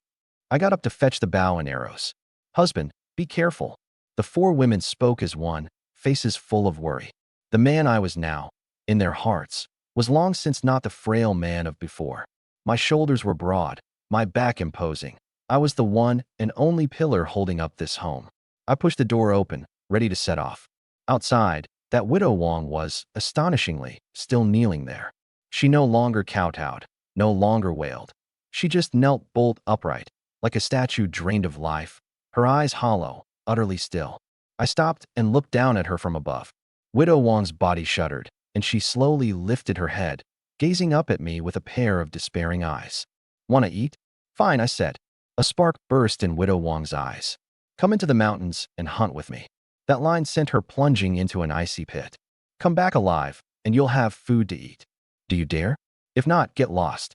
With that, I didn't spare her another glance and strode off toward the deep mountains. Into the mountains? That was a place even Zhao Dahu hadn't dared venture deep into. They said black bears prowled in there. Zhao Dahu, too, had only ever hunted at the mountain's edge, and on a lucky day could bring back a bit of food after 2 or 3 days. Now the game at the edge was nearly hunted out, and without going into the deep mountains, there was simply nothing to catch. But going into the deep mountains, that wasn't looking for food, that was looking for death. The villagers watching the show nearby had heard my words too, and the murmuring spread in hushed tones. He's mad. This kid's truly mad. Taking a widow into the deep mountains with him? That's plain sending her to her death. My grandfather always said there are black bears in that mountain. One swipe of a paw can mash a person to pulp. Sure, keep it down. Have you forgotten how Zhao Da died? This Su Lang, he's even more ruthless than Zhao Dao. The same hunger and numbness sat on the villagers' faces, but more than that, an indifference and fear of someone keeping the matter at arm's length. I stopped and turned slowly. My gaze, like 2 blades, swept over those faces tinged the color of vegetables from hunger. Everyone it landed on quickly ducked their heads, not daring to meet my eyes. The same goes for all of you. My voice held not a shred of feeling. Whoever's household is about to starve to death, who can't hold out for the government's millet, you can come into the mountains with me. I make no promises you'll come back alive, but as long as you do, you'll have meat to eat. The whole place was dead silent. No one moved. No one even dared to breathe loudly. Go into the deep mountains and stake your life against wild beasts? What kind of joke was that? The government's millet was mixed with sand and chaff and scraped the throat going down, but at least it could keep a breath in you. Dig up a few wild greens, gnaw a bit of tree bark, and though you'd be dizzy and seeing stars from hunger, at least you were alive. Being alive mattered more than anything. I swept a cold gaze over this cowering crowd and sneered inwardly. Pathetic and laughable. When Zhao Dahu had run roughshod over the village, where was there half a word of resistance then? They'd skirt clear at the mere sight of his shadow. Now that I'd butchered Zhao Dahu, they had the nerve to kneel at my door and shackle me with morality. Did they really take me, Su Lang, for a soft persimmon? The grim death of Wang Erniu's family had already taught me. In this chaotic world, misplaced kindness was a life-claiming poison. I couldn't be bothered with more talk, and turned to leave. Su, Brother Su. A timid, yet resolute voice came from the back of the crowd. My steps halted. A short, sturdy-looking, honest man squeezed his way out. It was Zhang Xing from the village. He hurried up to me, so nervous the flesh on his face was trembling. You want to go into the mountains too? Zhang Xing nodded hard, not daring to lift his eyes, gripping the hem of his clothes as he said, My ma, a few days ago she bore me another little brother. The family, we really can't keep the pot going. I want to go into the mountains with you, Brother Su, and try my luck. He raised his head, his eyes full of pleading. If we bag any game, you take the lion's share. I only want a little, enough to stew my ma a bowl of soup to build her strength back, and I'll be satisfied just to have gone. The great Qian had warred year after year, its menfolk dead and wounded in droves, 9 houses and 10 standing empty. The government had issued an iron decree. Any household that added a son would be granted 10 pounds of rice. The rice was mixed with junk, but in a famine year of people eating people, it became the greatest hope of countless families. Zhang Xing's mother had risked her life to bear another child for exactly that, those 10 pounds of life-saving rice. The child had been born, but the new mother was too weak to leave her bed, without so much as a mouthful of hot soup to drink. I looked at Zhang Xing's face, written all over with filial devotion and resolve, and somewhere in my heart was lightly touched. It was as if I were seeing Wang Erniu again, clutching that clay jar, crying like a child. Both of them men who'd risked their lives to keep their families alive. Fine. I spat out the one word. Go back and grab a handy tool, a hatchet, an iron spade, either works. Wait for me at the head of the village. Zhang Xing's eyes lit up at once, scarcely able to believe it. Yes. Thank you, Brother Su. Thank you, Brother Su. He bowed several times and ran for home like a madman. The surrounding villagers watched, expressions complicated, shock, bafflement, and more than anything, the kind of pity you'd give a fool. Another one with no regard for his own life. A moment later, at the village entrance, Zhang Xing came running up panting, a rust-eaten woodcutting blade slung over his shoulder, dressed in even more ragged clothes. Clearly he'd put on the best the household had. Brother Su, I'm here. I nodded and turned to head for the deep mountains. Zhang Xing followed close on my heels, step for step. The two figures in the morning mist carried a bleakness shot through with a kind of tragic solemnity. Widow Wang still knelt where she was, gazing in the direction we'd vanished, and at last 2 streams of murky tears spilled from her hollow eyes. The deeper into the mountains we went, the dimmer the light grew. Towering trees blotted out the sky, and the smell of damp rot hung among the trees. Birdsong and insect calls gradually vanished, leaving only the crunch of 2 pairs of feet on dead leaves.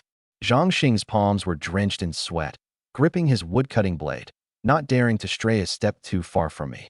The atmosphere here pressed on him until he could hardly breathe. Suddenly, I, walking in front, stopped and abruptly threw up a hand. Zhang Xing jolted in fright and halted at once, his whole body taut. Brother Su, what is it? He dropped his voice, which shook badly. I didn't turn my head, didn't answer. I only slowly raised my other hand, pointing at the ground ahead. Zhang Xing looked where I pointed. In the wet mud 3 steps away was pressed, plain as day, a gigantic footprint, bigger than 2 grown men's sawls put together, sunk deep into the mud, its edges bearing 5 clear claw marks. A black bear. Zhang Xing's face went white in a flash, his woodcutting blade clattering to the ground, his whole body shaking like a sieve. A bear, it's a bear. His teeth chattered, the words barely intelligible. I paid him no mind, only fixed my eyes on that footprint. God-tier hunting skill told me, an adult male bear, at least 400 pounds. A thing like that was the overlord of these woods. I had 8 times the constitution, but I was still flesh and blood, and a head-on fight was too costly. Besides, bear meat was sour and tough, not worth it. There were 4 lovely wives waiting at home for my return. No sense trading my life for a hunk of lousy meat. Pick up your blade. We go around it, I said calmly. Okay, let's run. Only then did Zhang Xing snap to, scooping up his blade and falling in behind, not daring to breathe a sound. In the village, no sooner had I left than a few hooligans came sniffing around. The one leading them was the village's notorious ruffian, Han Xiaoqiang. He stared at that new wooden house, picturing the four fresh young women inside, his eyeballs rolling, nothing but wicked fire rising in his chest. Pa, a poor wretch half-starved to death. What gives him the right to have food and four wives both? Han Xiaoqiang spat on the ground. Brother Chong, Su Lang's not one to mess with. Even Zhao Dahu went down. A underling reminded him in a low voice. Bullshit. Han Xiaoqiang smacked him across the face. Dumb luck, that's all. Besides, he's gone into the mountains. What can a few women do? Turn the sky over. He worked up his nerve, walked to the door, and lifted a foot to kick it. Open up. I know you've got grain in there. Hand it over nice and easy, or I'll come in and take it myself. Inside, the three women, Hua Yurong, Xia Zhuo, Li Xiuji, went pale with fright. What do we do? It's Han Xiaoqiang. Xia Zhuo's voice trembled. Don't be afraid. Hold the door. Hua Yurong forced herself to stay steady, but her voice was shaking too. Murong Yen ran, cold-faced in the corner, shot to her feet, walked to the door, and yanked back the bolt. Get lost.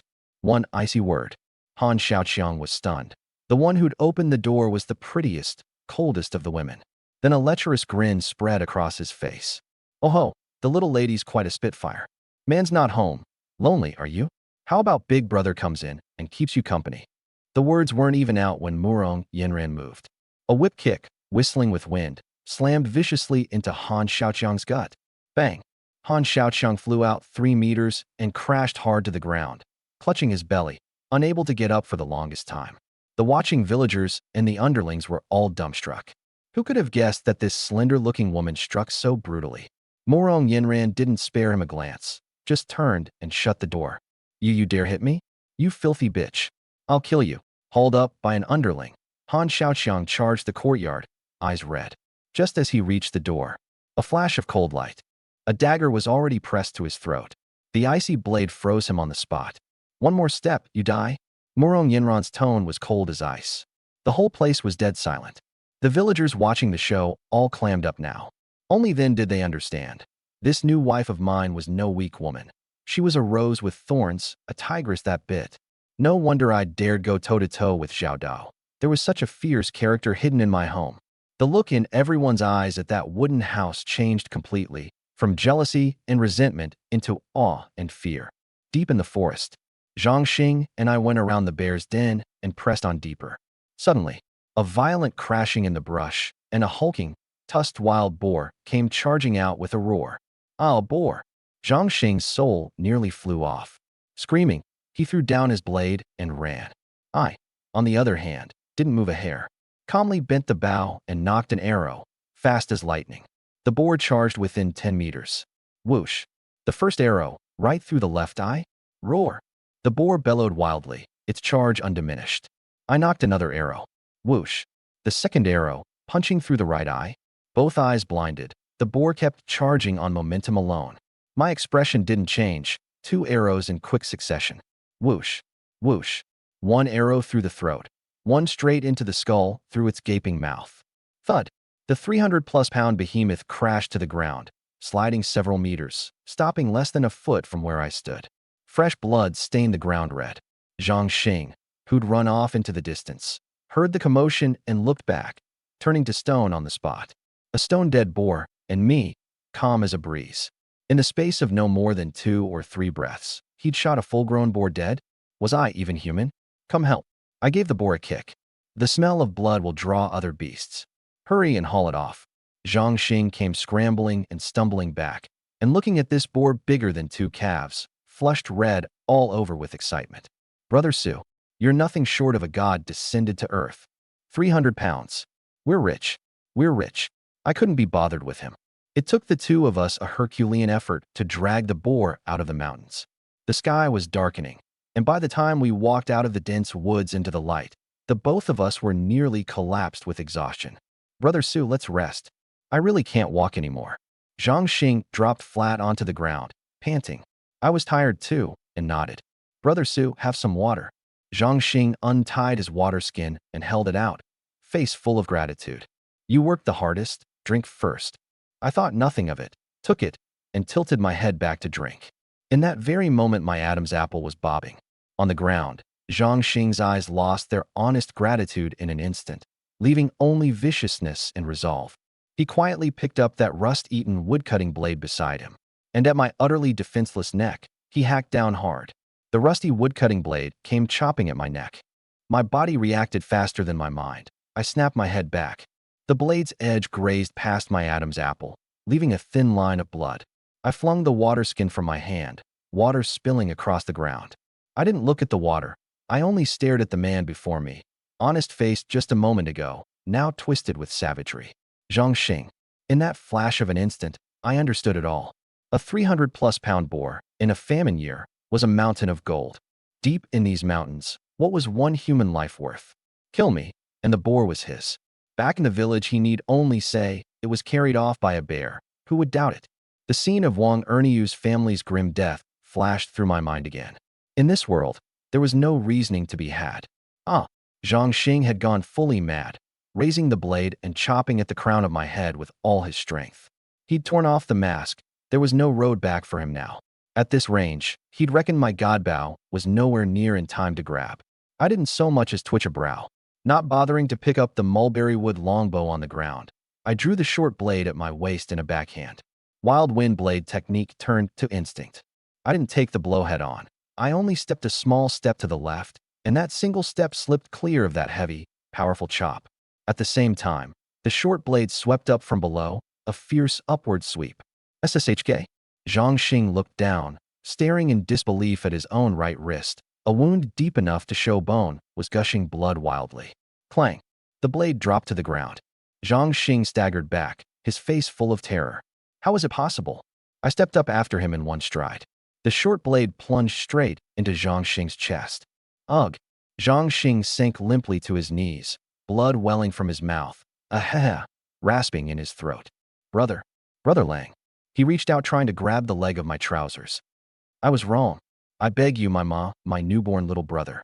I looked down at him, expressionless. I didn't kill you, I said, my voice terrifyingly calm. You were in the mountains, killed by a wild beast. The short blade drew across Zhang Xing's throat. The world went quiet. I cast a glance at the corpse on the ground, and the boar fell silent a moment, then bent and wiped the blade clean on Zhang Xing's ragged clothes. Then, with the brute strength of 8 times the Constitution, I tied the rope around the boar's hooves and dragged it step by step out of the mountains. When I appeared at the village entrance dragging that boar the size of a small calf, the whole of Dehe village erupted. Those villagers gnawing on tree bark all rose to their feet, craning their necks, as if witnessing a miracle. Heavens above, is that a boar? Must be 300 pounds. It's Su Lang. He caught it by himself. Where's Zhang Xing? Zhang Xing who went into the mountains with him. I paid none of them any mind, only dragged the boar expressionlessly through the crowd.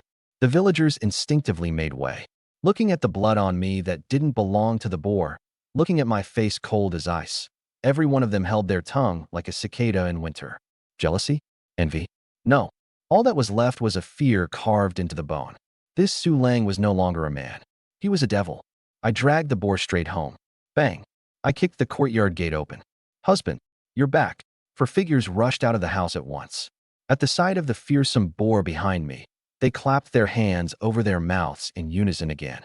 Husband, you're amazing.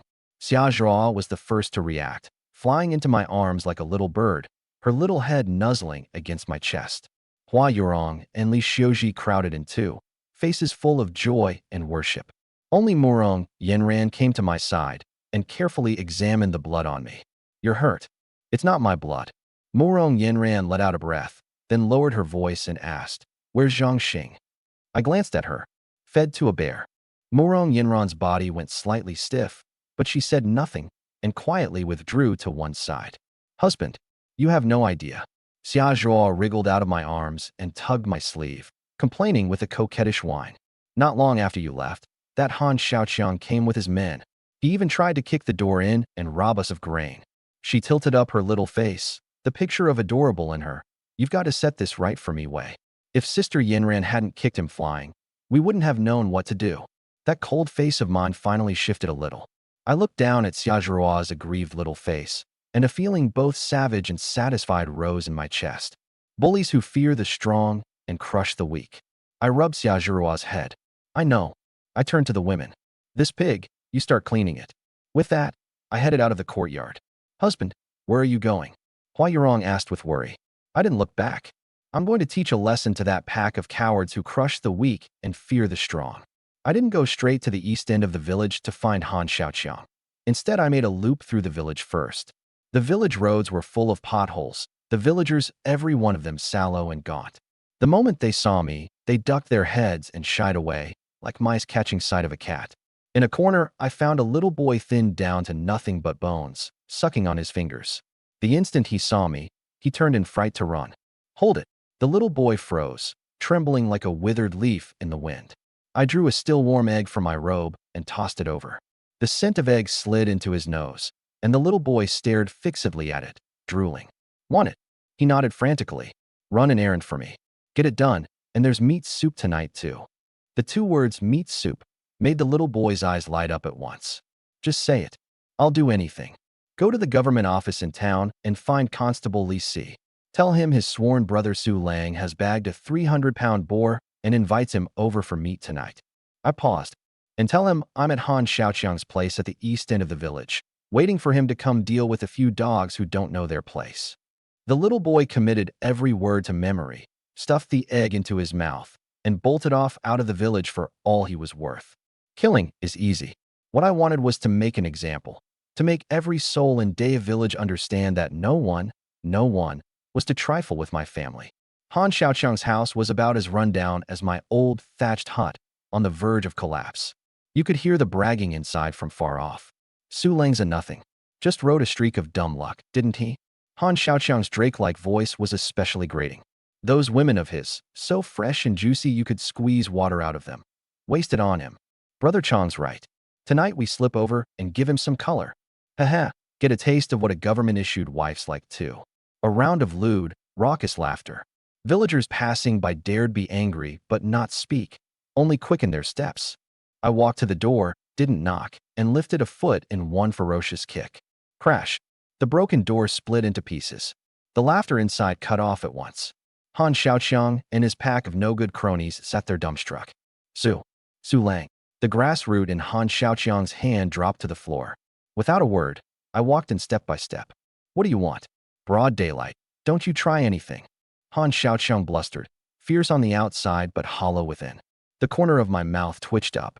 I darted forward and slammed a fist into the bridge of his nose. Crack. The crisp snap of breaking bone. Ah! Han Xiaoqiang screamed and fell, nose blood spraying. Brother Chang. The remaining few hooligans grabbed up stools and clubs and rushed me. Courting death. I dodged to the side, caught one man's wrist, and gave it a savage twist. Ah! The man's arm wrenched into a grotesque angle, the club falling. I followed through with a kick that sent him flying, bowling over two others behind him. In the blink of an eye, the whole lackey crew lay on the ground howling. I walked over to Han Xiaoqiang and planted a foot on his chest. Cough, cough. Han Xiaoqiang coughed up a big mouthful of bloody froth. You dare hit me. I won't let you off. I bore down harder with my foot. Gah! Han Xiaoqiang felt his breastbone was about to shatter, tears and snot streaming together. Master Lang. I was wrong. Spare me. He finally caved and begged frantically for mercy. Outside, a crowd of onlookers had long since gathered, craning their necks, frightened and excited at once. Just then, the constable's here. Constable Li Si is here. The crowd erupted, automatically parting to make way. Here comes the good part. However tough Su Lang is, would he dare raise a hand against a government officer? He's beaten this many people. This time he's done for. Serves him right. Quite a few began to gloat, waiting to watch me get my head chopped off. Han Xiaoqiang clutched at the news like a drowning man at straw, hope rekindling in his eyes. Li Si swaggered in with two bailiffs, taking one look at the bloody room and freezing for a moment. Constable Li, save me. Han Xiaoqiang reached out, pleading. It's Su Lang. He's trying to kill me. Everyone assumed Li Si would draw his blade and take me down. But Li Si only spared Han Xiaoqiang a glance, walked straight up to me, his face all smiles. Io. And here I wondered who it was. Brother Su, why waste your temper on trash like this? With that, He lifted a foot and stomped viciously into Han Xiaoqiang's face. Pa! Han Xiaoqiang, you damn well tired of living. Li Si spat a thick gob of phlegm onto his face. Brother Su's wives are registered on the government's books, given to propagate for the great Qian. You dare set your crooked mind on them. You're setting yourself against the court. Today I'm dealing with you myself. The entire courtyard fell deathly silent. The villagers, the hooligans sprawled on the ground, all stunned. Li Si wasn't arresting me. He was helping me beat people instead. Li Si threw an arm around my shoulder and bellowed loud enough for the whole yard to hear. Su Lang is Li Si's brother. Anyone who dares scheme against him again, don't blame me for turning nasty. The words barely out. His waist blade slid half out of its sheath. Both bailiffs drew at the same time. Han Xiaoqiang trembled with fright, and the villagers shrank back one after another. Enough intimidation done, Li Si licked his lips. Brother Su, I hear you bagged a big boar. Come, don't waste your time on these scumbags. Show big brother. I stayed expressionless and only gave a faint Then, under everyone's petrified gaze, I lifted my foot and stomped viciously down on Han Xiaoqiang's knee. The kneecap shattered on the spot. That bone-deep, piercing agony sent his whole body into convulsions. His eyes rolled back, and he passed out from the pain. The courtyard was deathly still. The watching villagers went white as paper, their calves quivering, crippling a man's knee right in front of a government officer. In their eyes, I wasn't just ruthless, I was mad. Li Si's two underlings rested their hands on their hilts, faces full of shock. But Li Si acted as if he'd seen nothing, still affectionately draping an arm over my shoulder, his grin even brighter. Brother Su, fine work. For a stubborn stone in a latrine like this, you've got to come down hard. Don't worry, I'll pin an intent to rebel and assault on a government dependent's household charge on him later. Make sure he rots out his days in a cell. His voice wasn't loud, yet it bored clearly into every villager's ears. Everyone felt a chill shoot from the soles of their feet to the crown of their heads. It was over. This Su Lang, no one in Daya village would dare cross him ever again. He himself was a devil king who killed without batting an eye, and he had the government backing him besides. I quirked the corner of my mouth and said nothing. This effect was exactly what I'd wanted. Come, don't let trash like this hold up real business. Li Si licked his lips. Big brother followed the smell of meat all the way here. Where's that big boar? Hurry and show me, let me feast my eyes. I gave a faint and turned to leave. Behind me was a courtyard in shambles and a crowd of villagers as silent as cicadas in winter. Back at the gate of my home, Li Si spotted the huge, dressed boar in the yard from afar, and his eyes lit up at once. My goodness, what a beauty! He rushed into the yard, 2 steps at a time, circling the boar and clicking his tongue in wonder. But once he saw it clearly, he froze. The 300-plus-pound boar wasn't just clean, spotless, every last bristle scraped off, but its organs had even been sorted out and laid in order. Clean and neat, not a trace of sloppiness. Brother Su, your household has a hand this skilled? Li Si seemed surprised. Before I could answer, Xia Zhuo bounced out of the house, latched onto my arm, tilted up her little face, and showed off. Of course. Sister Xiuji did it. She pointed at Li Xiuji, bustling about by the stove, that pretty face flushed red from the smoke. Sister Xiuji's amazing. Such a huge pig, and she dressed it all by herself in no time. And those black seeds husband planted. Sister Xiuji's the one watering and tending them all. Praised so, Li Xiuji went red all over and ducked her head, protesting softly. I didn't do much, it's only what I should do. Though Xia Zhuo had joined the household before Li Xiuji, she was the youngest, and ordinarily called Hua Yurong and Li Xiuji's sister sweetly. I looked at that slender figure quietly hard at work, not daring to meet my eyes, and something stirred faintly in my heart. This girl was timid and self-doubting, but she was diligent and capable. She said it was nothing, yet her face was beaded with sweat. Clearly she'd worn herself out. All right, don't just stand around. Get that meat stewing. Brother C's our guest today, so pick out some good cuts. Hua Yurong answered gently and got to work with her 2 younger sisters. Soon, a rich aroma of meat drifted out of the clay pot, domineering enough to claim the entire courtyard. The 2 bailiffs caught the smell and all but drooled, eyes fixed dead on the pot. Big chunks of pork rolled in the pot, stewed soft and tender and full of flavor. Brother Su, come. Today the 2 of us don't stop till we're drunk. Li Si untied a black lacquered wine gourd from his waist, pulled the stopper, and a mellow, full-bodied aroma immediately spread out. Hearing you'd bagged a boar, I specially brought wine I'd been saving a good while and couldn't bear to drink. He and I sat facing each other, eating meat in big bites, drinking wine by the bowlful. After 3 rounds, Li Si's face was flushed red and he grew talkative. He clapped me on the shoulder, tongue thick. "Brother Su, don't you worry. With Big Brother C here, no one in Daya Village dares touch a single hair on you. Even if some fool comes along that even Big Brother C can't smooth over, you've still got nothing to fear." Li Si gave a wine-soaked belch, lowered his voice, and leaned mysteriously toward my ear. "Let me tell you a secret. Our county magistrate in town is my brother-in-law. My wife's his own little sister." The hand holding my wine bowl paused. An unexpected windfall. I'd assumed Li Si was just a local bully with a bit of petty power. Never expected such a solid backer behind him. That 1 pheasant and 2 pounds of rice were money well spent. From now on, anyone who crosses you crosses me. And crossing me means snubbing the county magistrate. Li Si thumped his chest, vowing the whole thing. The meal ran on until dusk. Li Si, propped up by his 2 underlings, was already dead drunk. I saw him to the door myself, having Hua Yurong fetch 2 boar hind legs bound with straw rope, each at least 20 pounds. "Brother C, take this bit of game home for a taste." I tucked one into Li Si's arms and handed the other to a bailiff. "This one, I'll trouble you, Brother C, to present it to the county magistrate on my behalf." Bleary-eyed Li Si sobered up a few degrees in an instant, splitting his mouth into a grin. Good brother. This little brother of yours, I, Li Si, claim as my own." Having seen Li Si off, the courtyard finally went quiet. I went back inside, where the women had already cleared away the bowls and chopsticks. I looked at the pork piled in the corner, and the pleading eyes of Zhang Xing before his death surfaced in my mind. My mom, my newborn little brother. I fell silent a moment. "Yurong, wrap me up 10 pounds of meat." Hua Yurong blinked, but asked nothing, nodded obediently, and wrapped 10 pounds of marbled pork in a large lotus leaf to hand me. I carried the heavy pork out of the courtyard and headed straight for that run-down thatched hut at the west end of the village. Zhang Xing's home.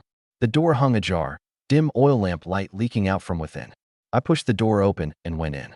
An old woman with graying hair, looking past 50, leaned weakly against the head of the bed, a swaddled infant in her arms. In truth, Zhang Xing's mother was only 40. The hardship of her days had simply aged her this way. When she saw me, confusion first flickered through her murky eyes, then turned to terror. I said nothing, walked in, and set that heavy bundle of pork on the rickety table. The old woman stared at the bundle of meat, still seeping oil, and went utterly blank. Zhang Xing came hunting in the mountains with me. I spoke, my voice flat, carrying no emotion. Along the way, we ran into a bear. He was carried off. She opened her mouth but could make no sound, only clutching the sleeping infant in her arms ever tighter, trembling all over. I wasted no more words and turned to leave. These 10 pounds of meat were neither soft-heartedness nor guilt. I simply pitied that infant who knew nothing. In this screwed-up world, this much was all I could do. Stepping out of the hut, the night wind was bone-biting. On the way back, in a corner I spotted a familiar figure, the little boy who'd run my message that day, huddled in the shadows, peeking at me, his eyes full of fear. "Come here." The little boy shuddered and turned to run. I said, "Come here." My voice was flat but brooked no defiance. The little boy froze, then shuffled out, not daring even to lift his head. Afraid of me? The little boy buried his head lower. The scene at Han Xiaoqiang's door that afternoon had terrified the child. "Why didn't you come to my place for meat soup?" I saw you do that to Uncle Han's leg." I smiled, drew a still steaming piece of cooked meat from my robe, and tossed it into the boy's arms. "I, Su Lang, am ruthless only to enemies. You helped me, so I won't shortchange you. Come to my place tomorrow at noon, all the meat you want." With that, I turned and left. I, Su Lang, never leave a debt unpaid. Back home, the courtyard had already been cleaned up. Faint light leaked through the crack of the second bedroom door, while the master bedroom door was shut tight. The women were all very perceptive. I pushed the door open and went in. Under the oil lamp, Li Xiuji sat awkwardly on the edge of the bed. She'd changed into clean clothes and combed her hair, and that fair, delicate little face was especially lovely in the lamplight. Hearing the door, she trembled all over, her hands wringing the hem of her clothes, her face red enough to drip blood. "Husband." I smiled and sat down, in no rush to do anything, just looking at her. Xiuji, back in the village, the girl I most liked to look at was you. Li Xiuji's head snapped up, those big watery eyes full of disbelief. Back then I always thought you were the prettiest woman in our whole village. Li Xiuji was stunned, her nervousness vanishing entirely, leaving only shyness. How could I be? She buried her face against her chest. When we were little, the two of us even went down to the river to catch fish together. Li Xiuji's heart jumped. Of course she remembered. It was just that later, with the line drawn between men and women, they'd gradually grown distant. She stole a glance up. This man before her was no longer the frail youth of memory. His shoulders had broadened, his features turned firm and hard, those eyes deep enough to set the heart fluttering. Husband, you're different from before. So do you like the me now, or the me before? I grinned wickedly. Li Xiuji bit her lip, her voice tiny as a mosquito's. I like both. I said no more and reached out to gather her into my arms. Her body went stiff, then quickly softened, leaning obediently against my chest. Husband, I'll serve you well. I can do any kind of work.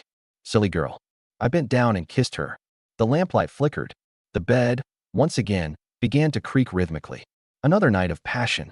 The next day, I walked out of the master bedroom refreshed and clear-headed, energy I couldn't burn through coursing all through me.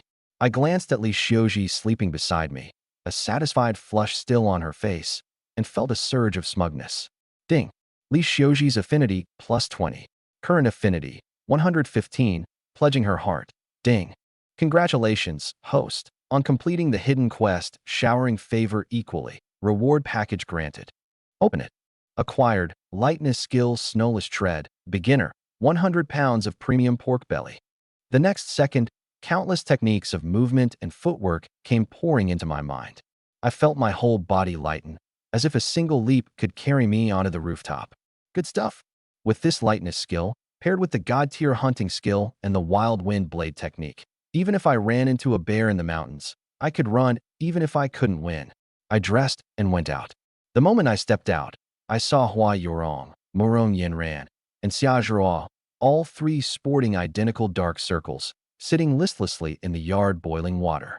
Li Xiuji came out hobbling, one hand braced against her waist, and at the sight of the three women in this state, her face went red in an instant, and she ducked her head. That tickled me, and I walked up to them and cleared my throat. Oh, what's the matter, ladies? Didn't sleep well again last night? Hua Yurong only gave a gentle smile. Xia Zhuo pouted and shot me a resentful glare. Only Murong Yanran lifted her head, glaring at me viciously. I walked over and said with a grin, "You're all my women now. The way I see it, let's stop dividing into master bedroom and second bedroom from now on. Wouldn't it be livelier for everyone to sleep together? In your dreams." Murong Yanran's fur bristled instantly, and a fist flew straight at my face. I caught her wrist, pulled her into my arms with the motion, and murmured in her ear, "Want to give it a try? I guarantee it's more comfortable than sleeping alone. Get lost. Shameless bastard." Murong Yanran was beside herself with shame and fury, struggling violently in my arms, only to be held tighter. I gave her firm rumple light, unhurried pat, savoring that astonishing springiness, before letting go, thoroughly satisfied. The mood at breakfast was both tender and odd. After the meal, Hua Yurong took out a brand new set of clothes. "Husband, I made this for you in my spare time. Try it, see if it fits." A blue-green coarse cloth short shirt, the stitches fine and dense. Clearly she'd put care into it. I changed into the new clothes. After the remaking of 8 times the Constitution, I'd long since been reborn. My frail frame had turned tall and straight, my muscle lines smooth and powerful. A coarse cloth short shirt on me wasn't the least bit shabby. If anything, it set off my striking vigor, like a sharp sword drawn from its sheath. The 4 women inside were all dumbstruck. Hua Yorong's eyes were full of tenderness, Li Xiuji's full of adoration, and even Murong Yanran, who'd always butted heads with me, had a flash of dazzlement cross her eyes. "Wow, husband's so handsome." Xia Zhuo was the first to break the silence, fluttering to my side like a butterfly, tilting up her little face, eyes full of worship. I looked at their entranced faces and felt smug inside. "I just love the way you all worship me blindly." Li Xiuji went to tend the vegetable patch and froze the moment she stepped into the yard.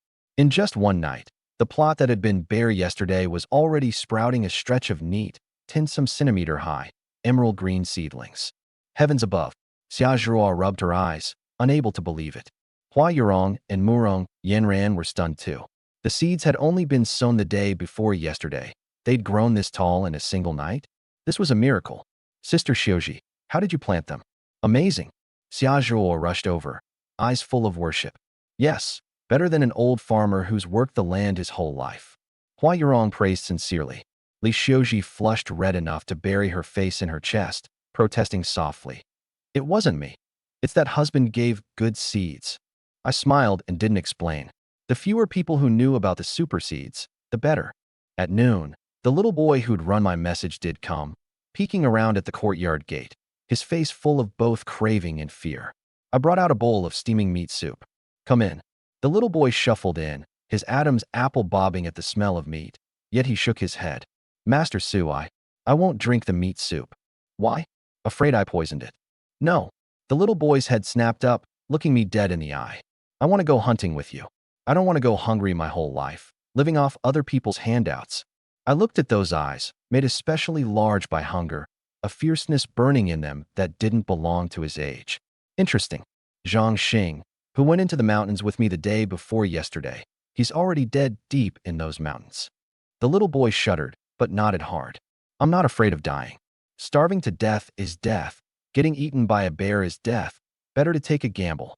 I smiled and tucked the soup into his arms. Fine. Drink it down first. You'll need the strength to hunt with me. The little boy cradled the soup, looked at the fat meat inside, and his eyes rimmed red at once. He crouched on the ground and wolfed it down. What's your name? Lu. Lu Shirtu. Who else is at home? No one. They all starved to death. I fell silent. Having a helper to carry the game wasn't a bad thing. Come with me when you're done. Yes. Brother Lang. Lu Shirtu tipped his head back and drained the soup in one go, his voice full of vigor. Into the mountains again. Lu Shirtu was so nervous his hands were drenched with sweat, but to me, it was like strolling through my own backyard. With snowless tread, my movements were faster than before by who knew how much. We hadn't gone far when I halted, cocked an ear to listen, bent the bow, and knocked an arrow, taking aim at the brush ahead and to the left. Whoosh! A flurry of thrashing in the brush, then silence. Lu Shirtu ran over, a fat hair shot clean through the heart. He was about to cheer when I parted the grass, and there was an even plumper hair inside. I lifted it up and felt its belly. It's carrying young. I handed the bow to Lu Shirtu and scooped up the dough myself. This one we don't kill. We take it back to raise. Lu Shirtu was dumbstruck. Brother Lang could even tell a hare was pregnant? The two of us pressed on deeper. Soon, another 2 pheasants foraging among the trees. Whoosh! Whoosh! 2 arrows through the throat. No time even for a single cry. Lu Shirtu had gone numb. This was no man. This was a mountain god. I hefted the pheasants, quite pleased. Now I can make good on wife Zhurua's drumstick. At dusk, the two of us returned with a full haul. The moment Xia Zhurua saw the hare wriggling lively in my arms, she shrieked and flew over. Wow, a hare. So cute. She carefully took it and hugged it to her chest. I flicked her nose. You're drooling. You want to eat it, don't you? I am not. Xia Zhurua pouted and ran off cradling the hare. I asked loudly, red braised or spicy? Xia Zhurua licked her lips. There's a male one too. Spicy, she answered at once. I laughed, and in a few quick moves lashed together a sturdy cage from wood and vine. Lu Shirtu was about to leave. I handed him a pheasant. Take it. Brother Lang, this is too much. Lu Shirtu waved his hands in fright. I said take it, so take it. I stuffed the pheasant into his arms. Anyone dares snatch it. You tell them you're Su Lang's little brother. Lu Shirtu's eyes rimmed red again. He dropped to his knees with a thud and kowtowed hard 3 times. Brother Lang's great kindness. Shirtu will never forget it as long as he lives. With that he left cradling the pheasant, looking back every few steps. I carried the other pheasant into the kitchen. Hua Yurong was rinsing rice, and gave me a gentle smile when she saw me.